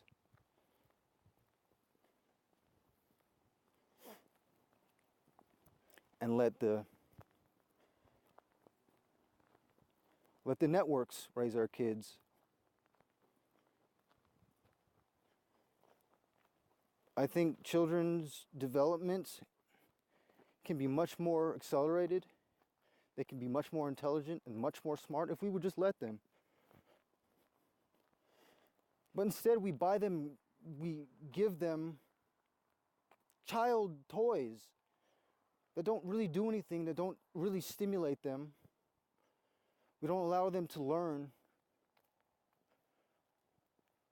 at a pace that may even exceed a normal adult. Our schools will just keep everybody at the same level.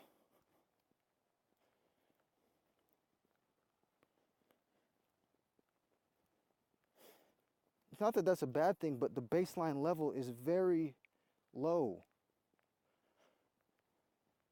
I had a very tough time in school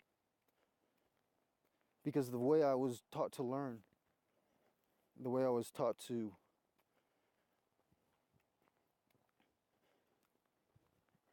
get the job done. You just have to memorize these facts, do things in this way, and you passed. You did it.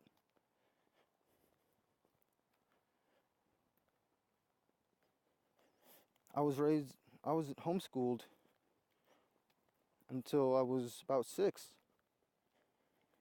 I should have been a grade or 2 grades ahead of where I was placed, but the social element of it was probably more of an issue. Being 2 years younger than all the other kids would probably isolate you a bit. Probably make you feel like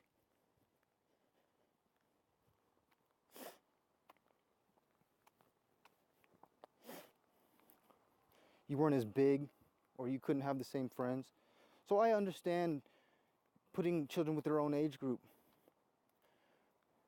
And there are kids who, advance quicker. But I ended up slowing myself down to where I was always in the advanced classes.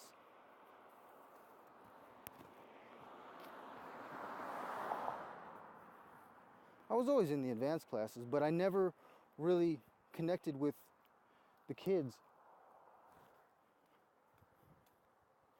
I never really had real friends because I was a bit different. So by the time high school came, I didn't want to be advanced. I didn't want to be smart. I just wanted to be one of everybody else.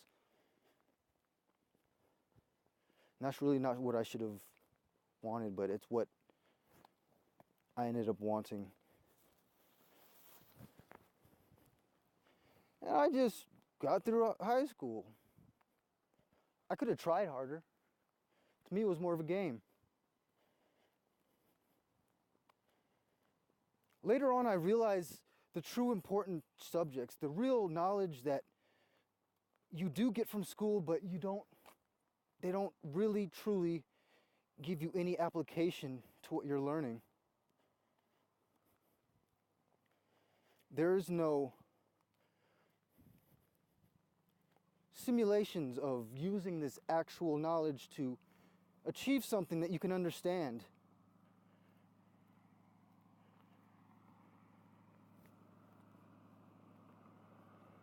I remember learning algebra, and I never took it seriously.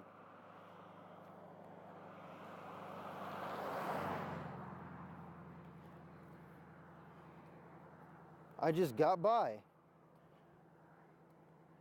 Little did I know how important it was, but I didn't understand that it was important because I was never given any type of scenarios in which to use it in real life.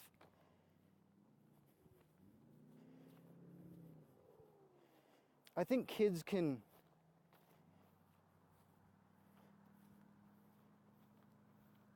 teach us things. I think the more we taint children, the more we just recreate our own problems. And letting children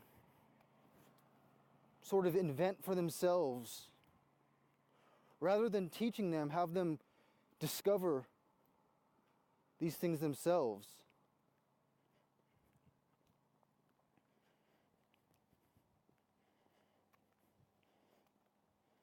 I never really took math seriously until later on in my life as a programmer. I realized its value. And then I realized how these mathematical concepts almost made you see things in a greater level. To where those who don't have this type of understanding don't really know how amazing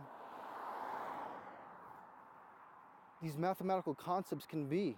There's no sense of importance to it. I had to discover my own realization of importance way later on in life.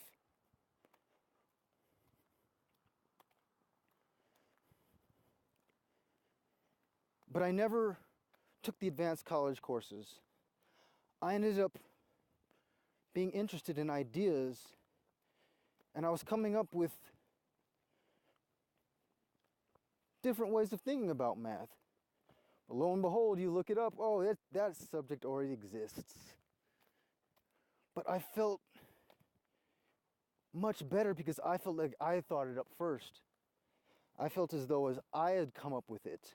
And now I'm just reading an interpretation that's more exact. But this excitement that you came up with something just is much better than somebody just teaching you how it is.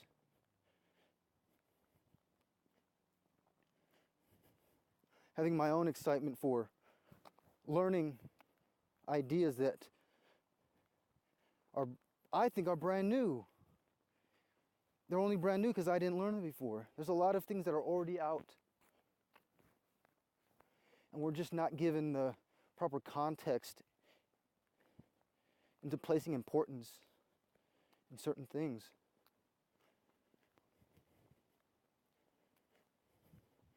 Now, some people may say, well, I've been well off. I look at demographics and I see certain groups of people dropping out of school or not really valuing intelligence or looking up to sports stars and actors and actresses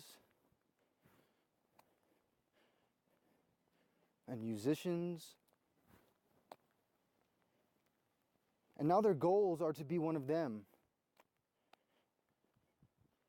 They're not given the statistics on the odds of you actually being one of them.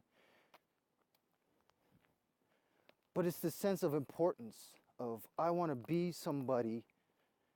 And what does a somebody look like in my life? It looks like them, the people everybody's cheering for, the people who everybody loves. I want to be that person who everybody loves. Who are they? There are athletes and are superstars, but they're absolutely worthless when it comes to actual knowledge and value in society.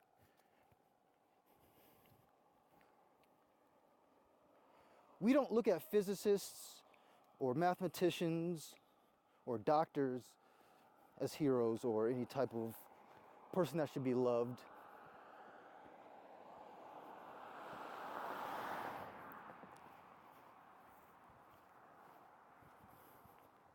Kids don't have the real role models that I think they should.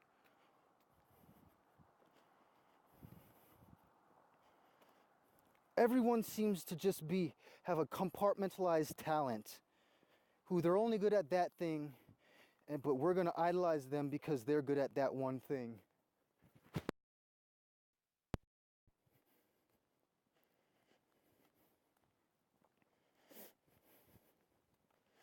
And I think this is on purpose.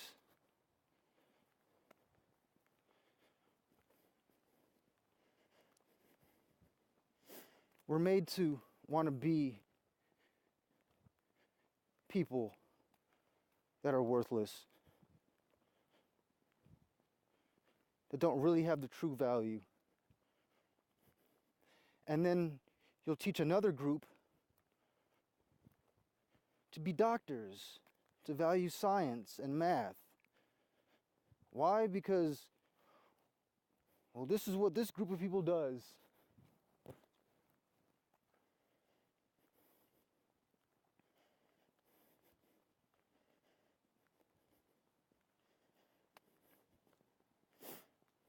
Very crucial thing to know to control what people value, what people's dreams and goals are.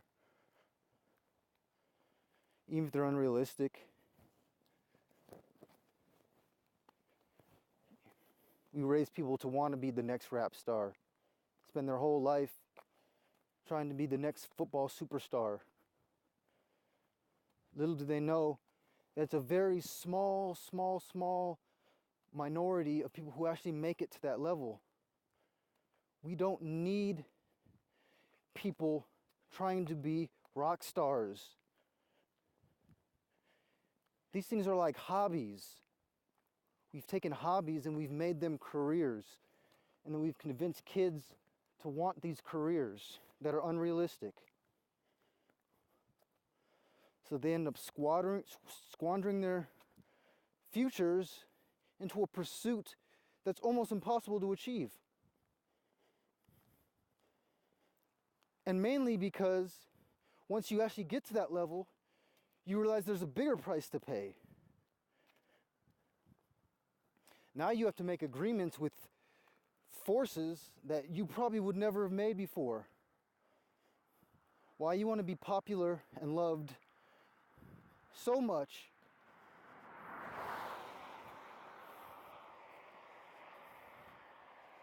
that you will do things that you probably would have never done. You can be put in situations to where you're not going to be popular and accepted and loved because I control popularity. This group controls who is on the radio. This group controls who is in the movies. This group controls who our politicians really are. You can't go up and be one of the stars if you haven't gone to the big boys and done the dirty, whatever that means. What people don't know is that there's a price to be paid for these roles.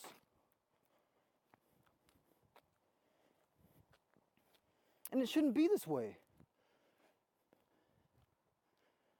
I can't imagine how many people deserve to be a singer-songwriter superstar, but they just didn't want to give in to the contracts and the manipulation that comes with it.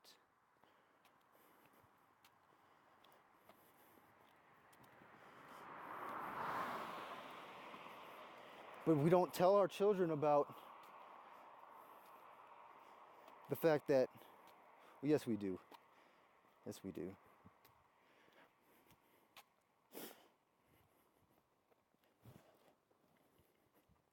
I think we live in a world where it's parents who have screwed kids, who have screwed their kids, who have screwed their kids, who have screwed their kids. So everybody gets to blame their parents for our state of humanity. It was my parents, they did it. You ask them, hey parents, why'd you do it? It was our parents, they did it. You go to them, well, probably, are they still around? It's this perpetual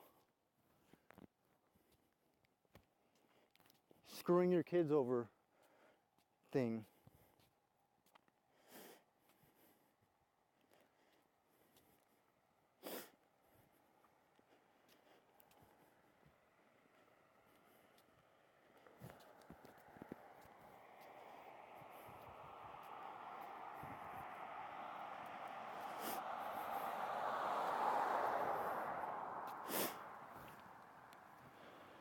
So there's deeper topics. These are kind of like more surface level. Everybody knows these, right? I'm just speaking my mind. I'm just walking and talking.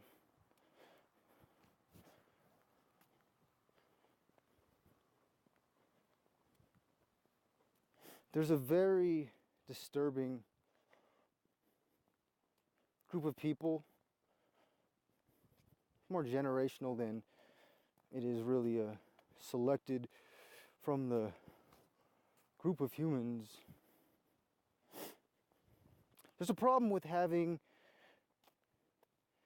a very manipulative regime and then trying to have the next generation inherit all the fucked up shit that the generation before. But it has to happen. How can these control structures keep existing if you don't teach the next generation to perpetuate them? So these people are pretty smart, right?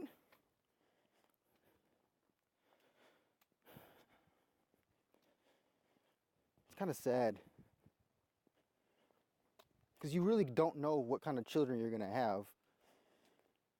And on this level, you can't risk rebellious kids.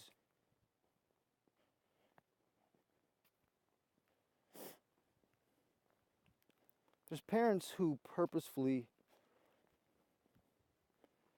send their kids to be molested, raped at a very young age. They have full knowledge of what's going on. These children are being put through trauma at a very young age and being forced to cope with it by segmenting their consciousness as a survival mechanism. These things aren't hidden. A lot of people have multiple personalities that can come up, different people in the same body almost. Right? Like we're all like watching Manchurian Candidate, Mr. Robot, people who have double lives. Yeah, just watch the movie Manchurian Candidate. How did they get this guy to be programmable and do what is said like a drone or like a robot?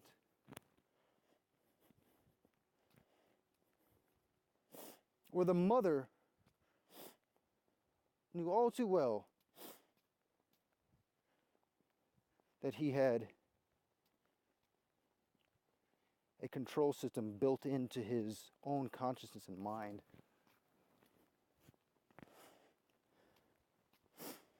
And this is a tool, this is a tactic. It's an actual real thing that goes on generationally. It may be more modern, last 100 years.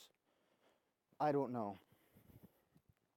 But it happens, and it's the creepy part of what goes on. There's lots of reasons why people don't want the truth come out. There's lots of people who are unwilling victims of this, to where they don't realize that they can be activated, switched consciousness, and be told to do something. It's a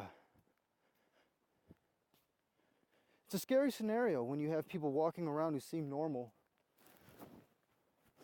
and can be activated at any time to do something else. You see time and time again, people do inhumane things, go murder a bunch of people. Who would do that?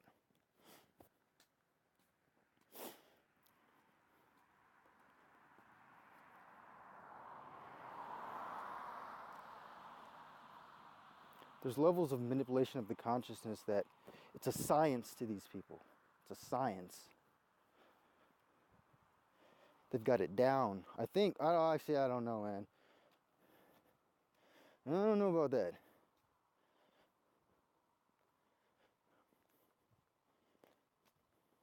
It's a tragedy.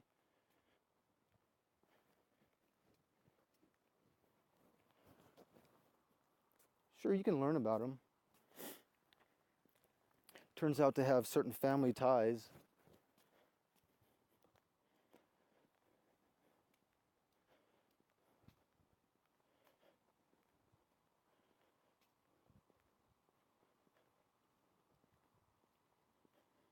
Certain bloodlines that keep popping up.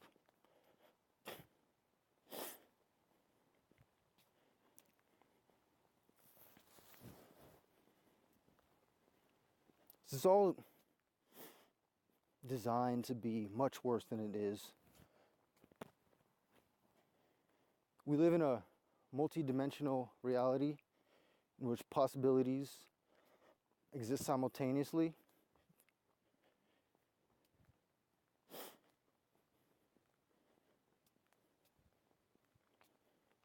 There are possibilities in which this is a controlled planet, and there's been all types of mechanisms put in place to keep it that way, make sure it happens. But we're in a different timeline. We're in the timeline where we wake up and we see what happens, we see what goes on. We make different choices. We don't accept this type of control. It takes a big awakening, though, because there's been so much set in place to keep us programmed, to keep us limited, to keep us predictable and in our place. We're still living in the remnants of it. The remnants are still in power, supposedly. I don't think for long.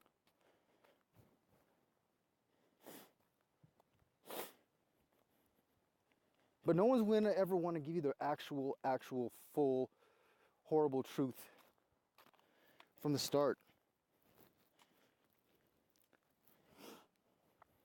If your paradigm is very rigid, too much of this information at once will really give you a shake. I'll tell you that much. Truth ends up being stranger than fiction. The reality that we live in is ooh. I think the possibilities are endless. I think of humanity as people who are just stuck in a large room, but are just stuck in a corner and are facing the corner and haven't even looked behind them to realize that there's so much more. There's so much more. So many more possibilities, so many more opportunities. And we're on the brink of discovering what that is.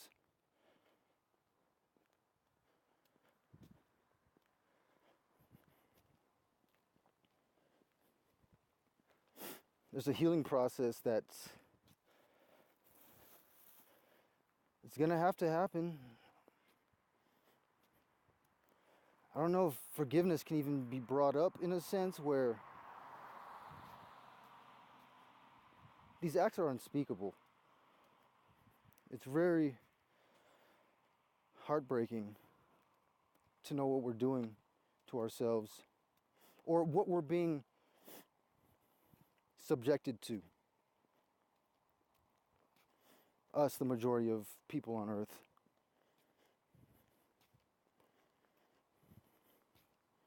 This is by no means an easy experience to live on Earth and be here. Everybody who is here is strong-willed, I would say, for one.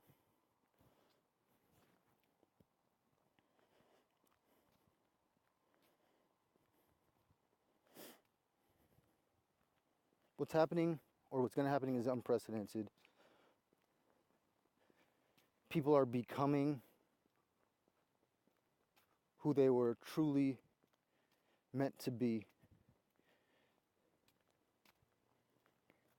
A human potential that has been suppressed for so long is coming out. And what we can do is recognize what this is. What is it about us that's so special? What is it about us that's being kept hidden in secret? We are way more than what we've been taught to believe.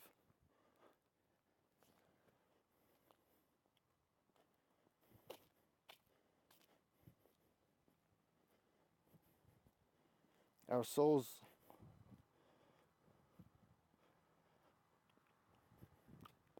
use these bodies, but by no means are we defined by them. We're in a big, big soup of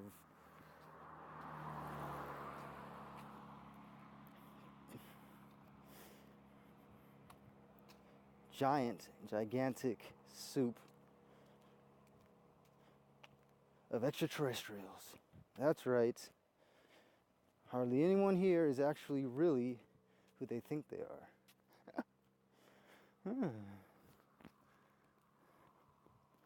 Who I think I am, I don't actually know. In a sense, I don't care.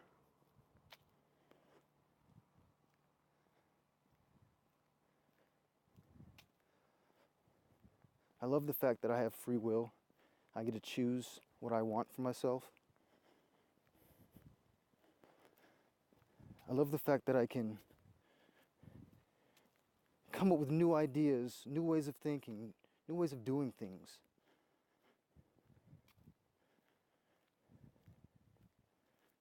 Have they been thought of before? I don't know, probably. This world doesn't seem to have a lot of these good ideas anymore.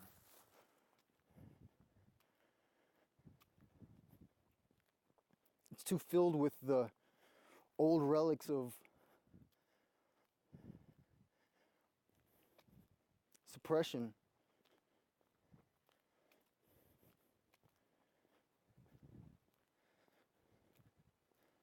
We're still continuing the same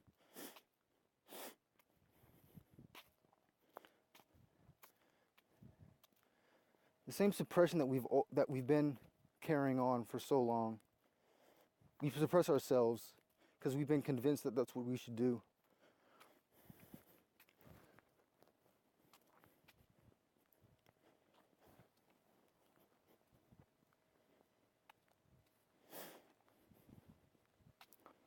This is Walker Talker.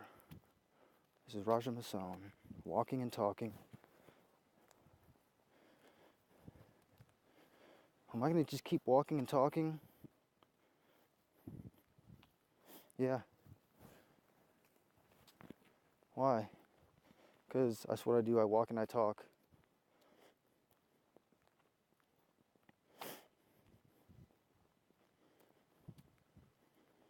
I'm not ashamed. I'm not embarrassed.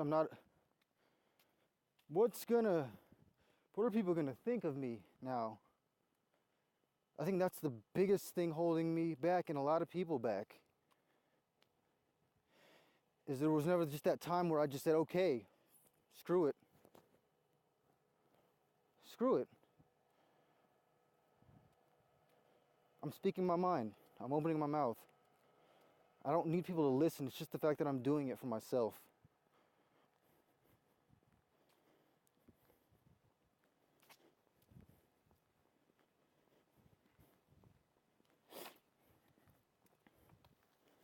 I think we're held back by our own shame and our own shaming of others.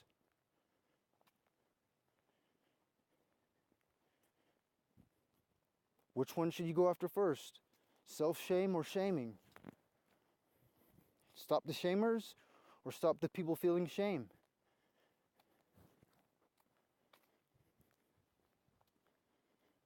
It's a Good question.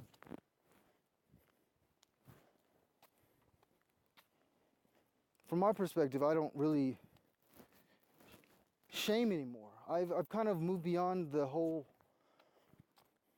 looking down on somebody.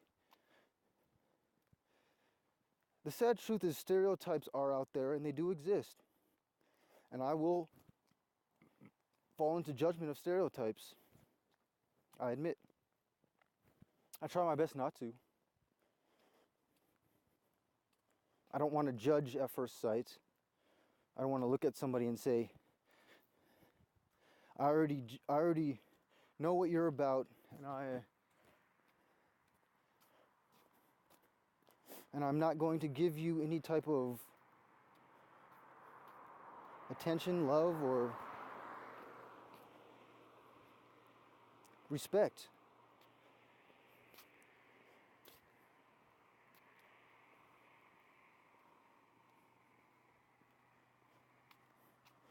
I think we need to respect each other a lot more and help those who we once thought did not deserve respect.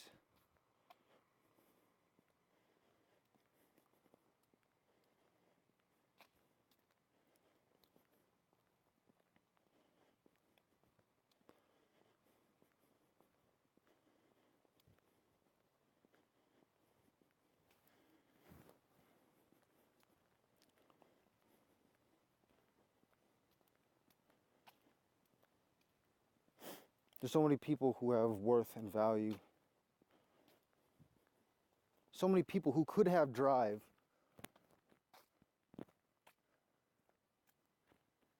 There's so many people who could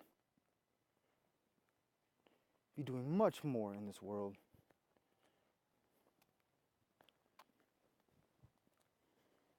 But they're too busy surviving. They're too busy trying to avoid shame and judgment and fitting in.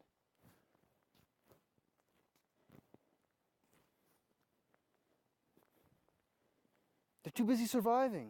And surviving means fitting in too. Surviving means don't be the black sheep. Don't be the nail that sticks out. Don't be the one that everybody's talking about behind their back. Can't be one of those. So you have to survive. We spend our time holding up an image so that we won't be judged by others. But this is what keeps us in this vicious circle of policing ourselves.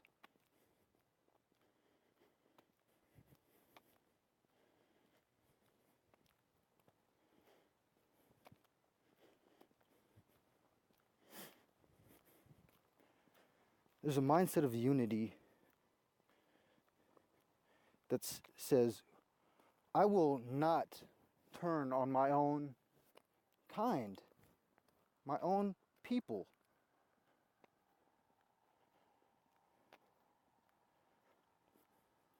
You know, I think there was times where everybody had their own country and nation. No one really went outside of their borders much.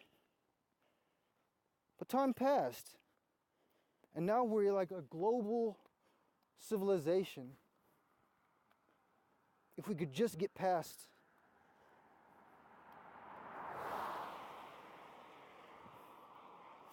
this disunity, this idea that there is another enemy amongst us, that you are the enemy. Now, admittedly, there are people who do not want unity. Just absolutely no. Ever, ever, ever. And it's like, well, okay, you can live on the non-unity island. I think what happens, and what happened with this Me Too movement, is people just didn't realize how many people thought the same way, thinking the same thing.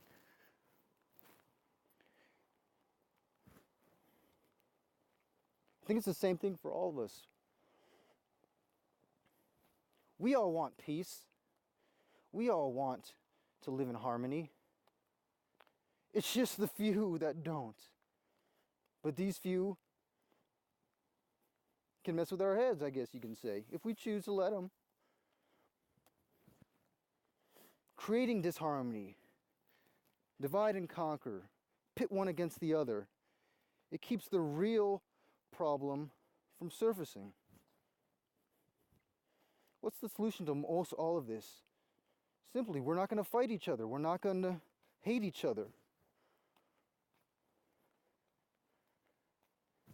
I'm not going to hate this group of people. Any group. I understand there's some groups that are very small, need help, need very much help, but you know what? This group is the vast minority.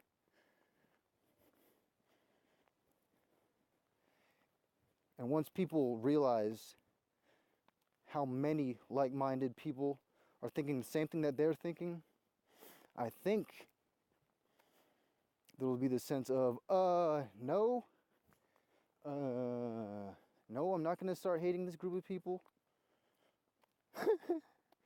Can we start really getting down to the facts? Can we start talking, can people start talking to people? Instead of our governments telling how we should think about other people over there. It all comes down to these paradigms, these belief systems, these institutions of ways of thinking of truth that don't allow us to see the truth in others.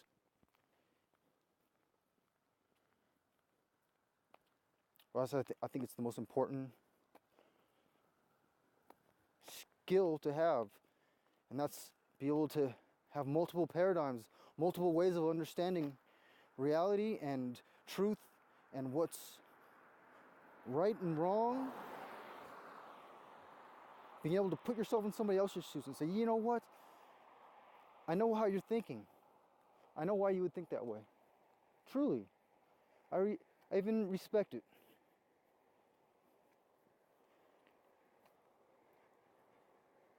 But more than likely, if you're the type of person who says that, the other person would not be the type who says, yes, I understand you too. For somebody to say, hey, I understand your paradigm greatly. Ooh, I haven't even told you about mine, really. I'm kind of just skipping on the surface of stuff.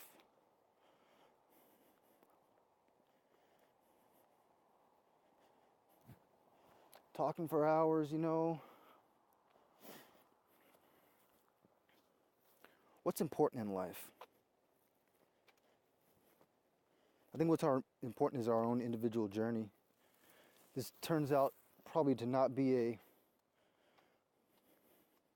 thing where you have to go out and fix the world. You have to fix yourself. This reality is a reflection of you.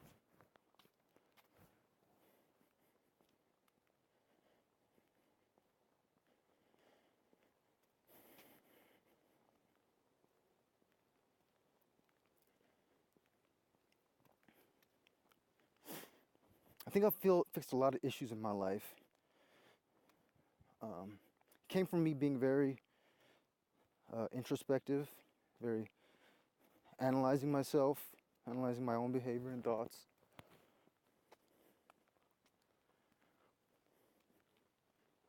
And I gained a new sense of control over my emotions to where I didn't have to be automatically triggered anymore. I could decide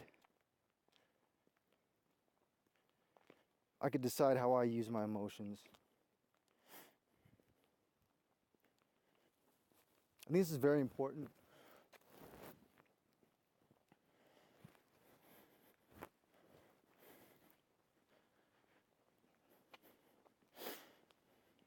I wouldn't say out of control emotions, but I would say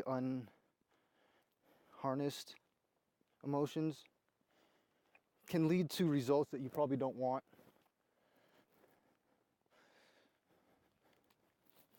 And I find that there's a lot of intense emotions that just aren't necessary. Anger being one.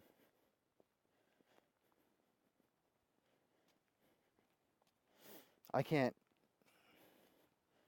really stand anger, stand the feeling of it for very long. if I do end up getting angry, it doesn't go away. The more sensitive you become to your own emotional feelings, the more you can realize how out of control they can get on their own.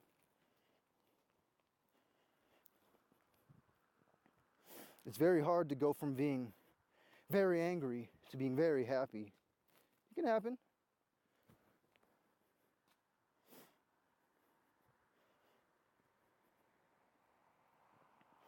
It's very hard to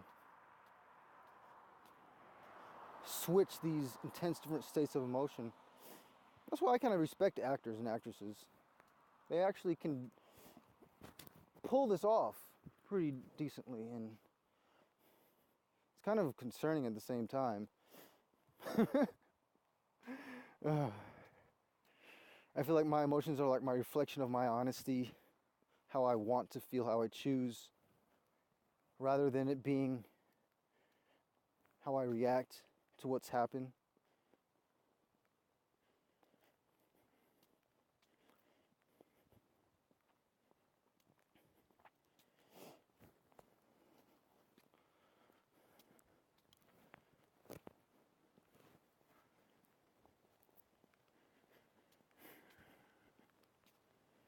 It's great to just not allow somebody to let you get angry.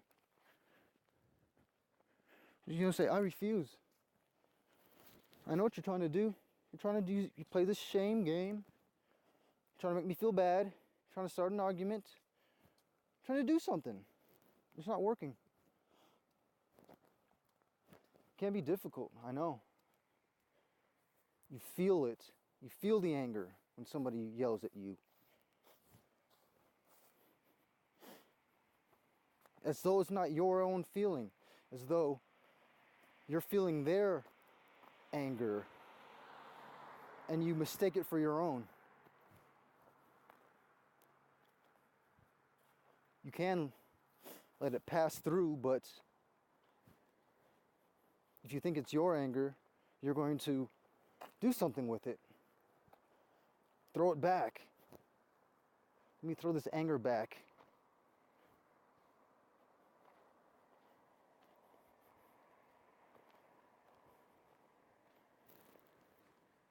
Anger can be useful.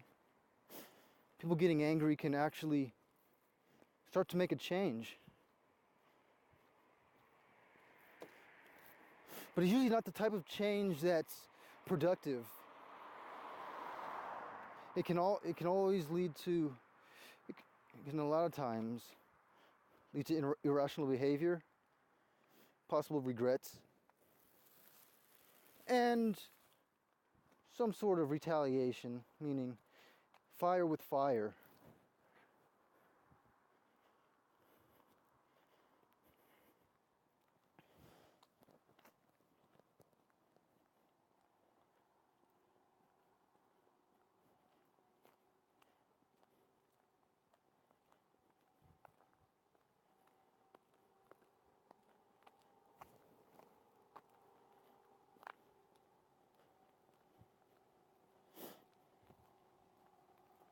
So why am I doing this? Why am I out here? Why am I walking around in the middle of the night talking?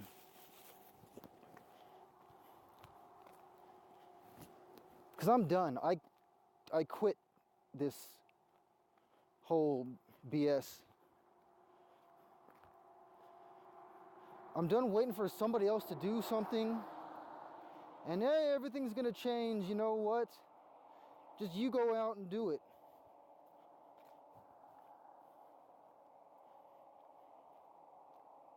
I feel like I have to do something myself. Like it's vital. It's that I have to make my own personal statement. Whether anybody hears it or not, doesn't matter. I have to not care anymore. I have to not care about the shame game and blame, same lame game that we're playing. I have to not care that I'm talking to myself. I have to not care what other people think. I have to. Because the more I care, the more I'll just keep silent. The more I care about what other people think about me, the more I'm just gonna be complacent with my own life. And I'm not satisfied. I feel like I have so much to do and give, but because I'm not working for somebody else's idea, I don't get to be successful. I'm not looking for success. I'm honestly just looking to keep maintaining my life. I just think there's so much to go around. There's so much wealth and abundance that it's almost crazy that I can't have some. And to tell me that I have to do something that's going to make me unhappy in order to get that, I don't believe you. I don't believe that. I don't believe it.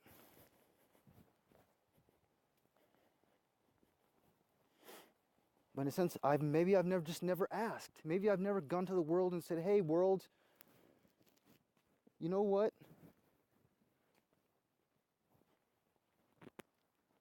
I'd like a piece of this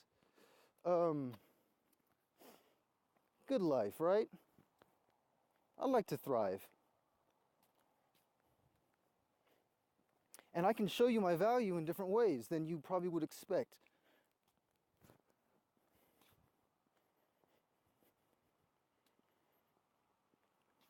I wonder if everybody's happy with their self-accumulated wealth, where valuable people are just sitting by being squandered. There are so many people whose value and intelligence and skill and talent are just being unrecognized purposefully because they don't fit the model. They don't fit the current way that things run. They're more of a disruption, actually.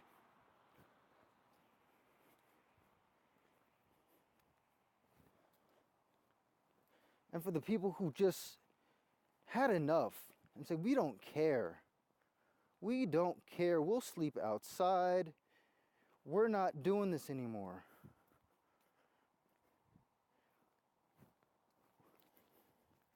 I think that these people should be respected.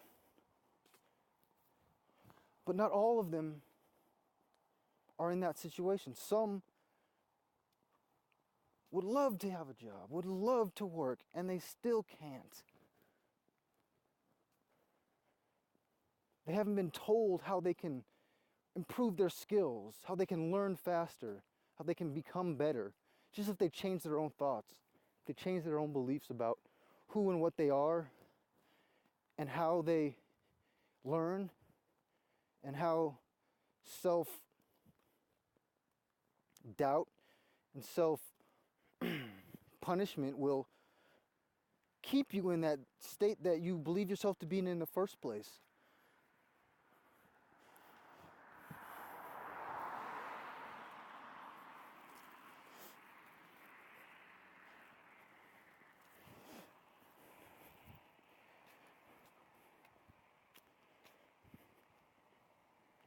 Speaking my mind, talking out loud.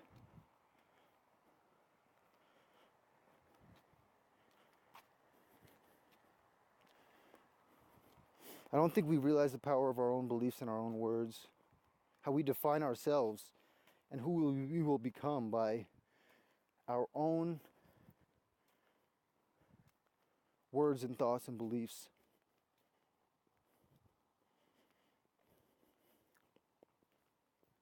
We'll put ourselves down.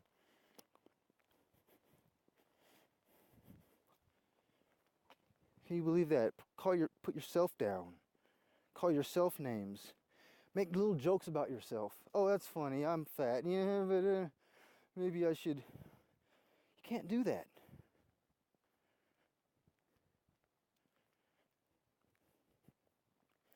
a lot of what I've come to understand is you have to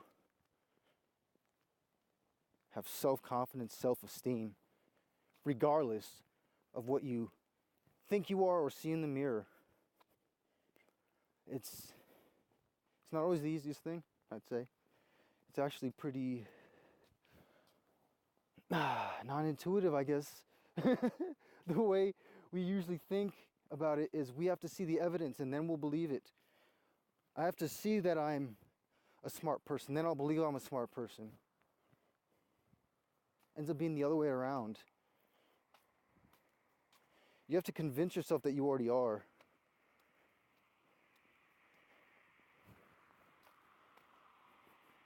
Your focus determines your reality.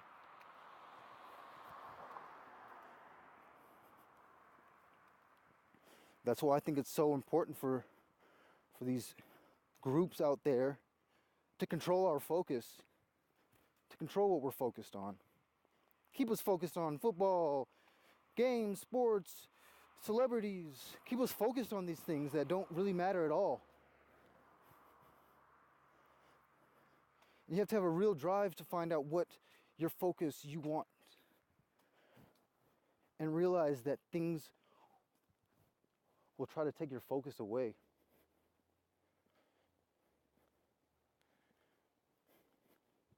You have to be diligent.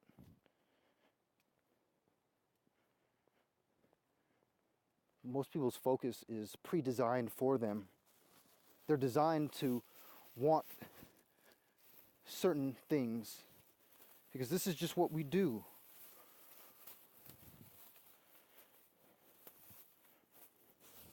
We're designed to be distracted. Oh, it doesn't matter what happens in this life. We're all going to go to heaven, so you know what? Don't worry about all the bad things because we're all going to be in a better place. That is very, very, very, very, very non-empowering. That's what I would say. Non-empowering. Very so. So why is this? What is it about keeping your focus that's so important? What is it about maintaining it? And why do things get in the way to where you have to purposefully go after what you desire to be your focus? You have to set things aside and say, no, this time my focus is really paramount. It really is. I'm not gonna waste my time. Oh, so this reality has lots of little tricks and traps to get your focus on all this other stuff. Makes it very easy to have you not knowing where to look for things. All of our TV shows and our movies, maybe not all of them, but a lot of them, purposeful little messages in there that kind of keep us acting the same way. What really kind of upsets me is when we watch futuristic movies, like, what is humanity going to be like in 200 years? And we're still bitching on the same things. It's like we haven't changed at all. We haven't evolved into this better people who don't have the same weird reaction and emotions that we have today. It's like we always have to take our messed up ways of doing things and then project that into our future. Is really, really short-sighted.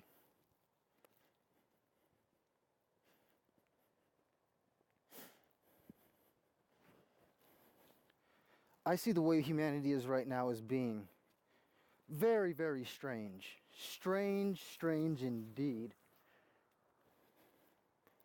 How this all came to be, how we got ourselves in this self-criticizing, self-blaming, self-hating state?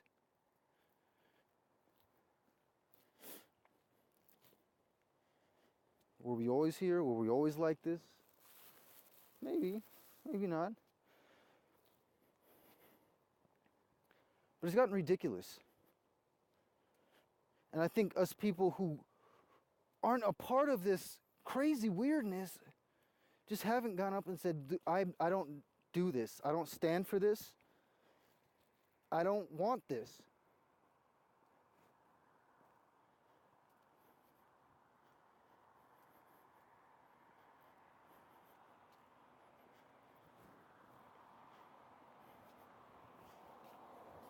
There are things being done behind the scenes where people are making decisions on what to do about your consciousness, on how to control and manipulate you, on how do we keep our power and grip hold on everybody. They're spending their focus trying to figure out how to take your focus away.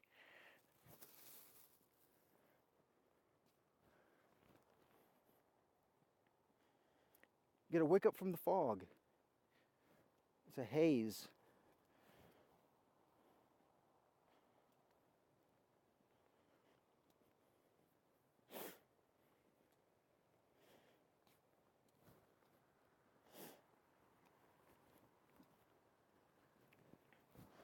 It's happening though. It's happening. So how can I see the change being happening in everybody and not say to myself, what am I doing?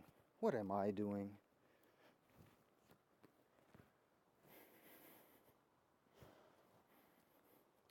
I think what I'm doing is just saying I don't care anymore. I don't care anymore. I don't care. I'm done. I want the world to be a better place now. And if it's not, screw it. Screw it. I'll just, I don't know, hoping for the best, walking and talking. Maybe, you know, maybe I'll catch somebody's ear. Or maybe somebody will give me some money. Yeah, I'll get a hotel room, right? I want to help the world. I have good ideas, a lot of them.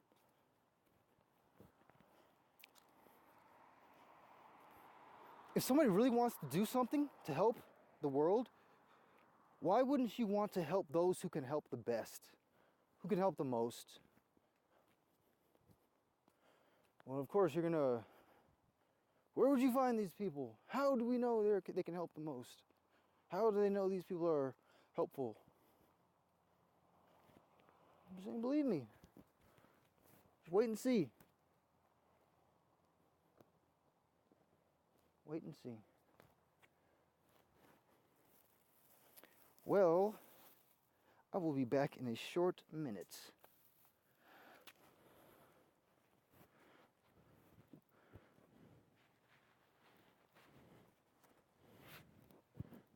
See you later.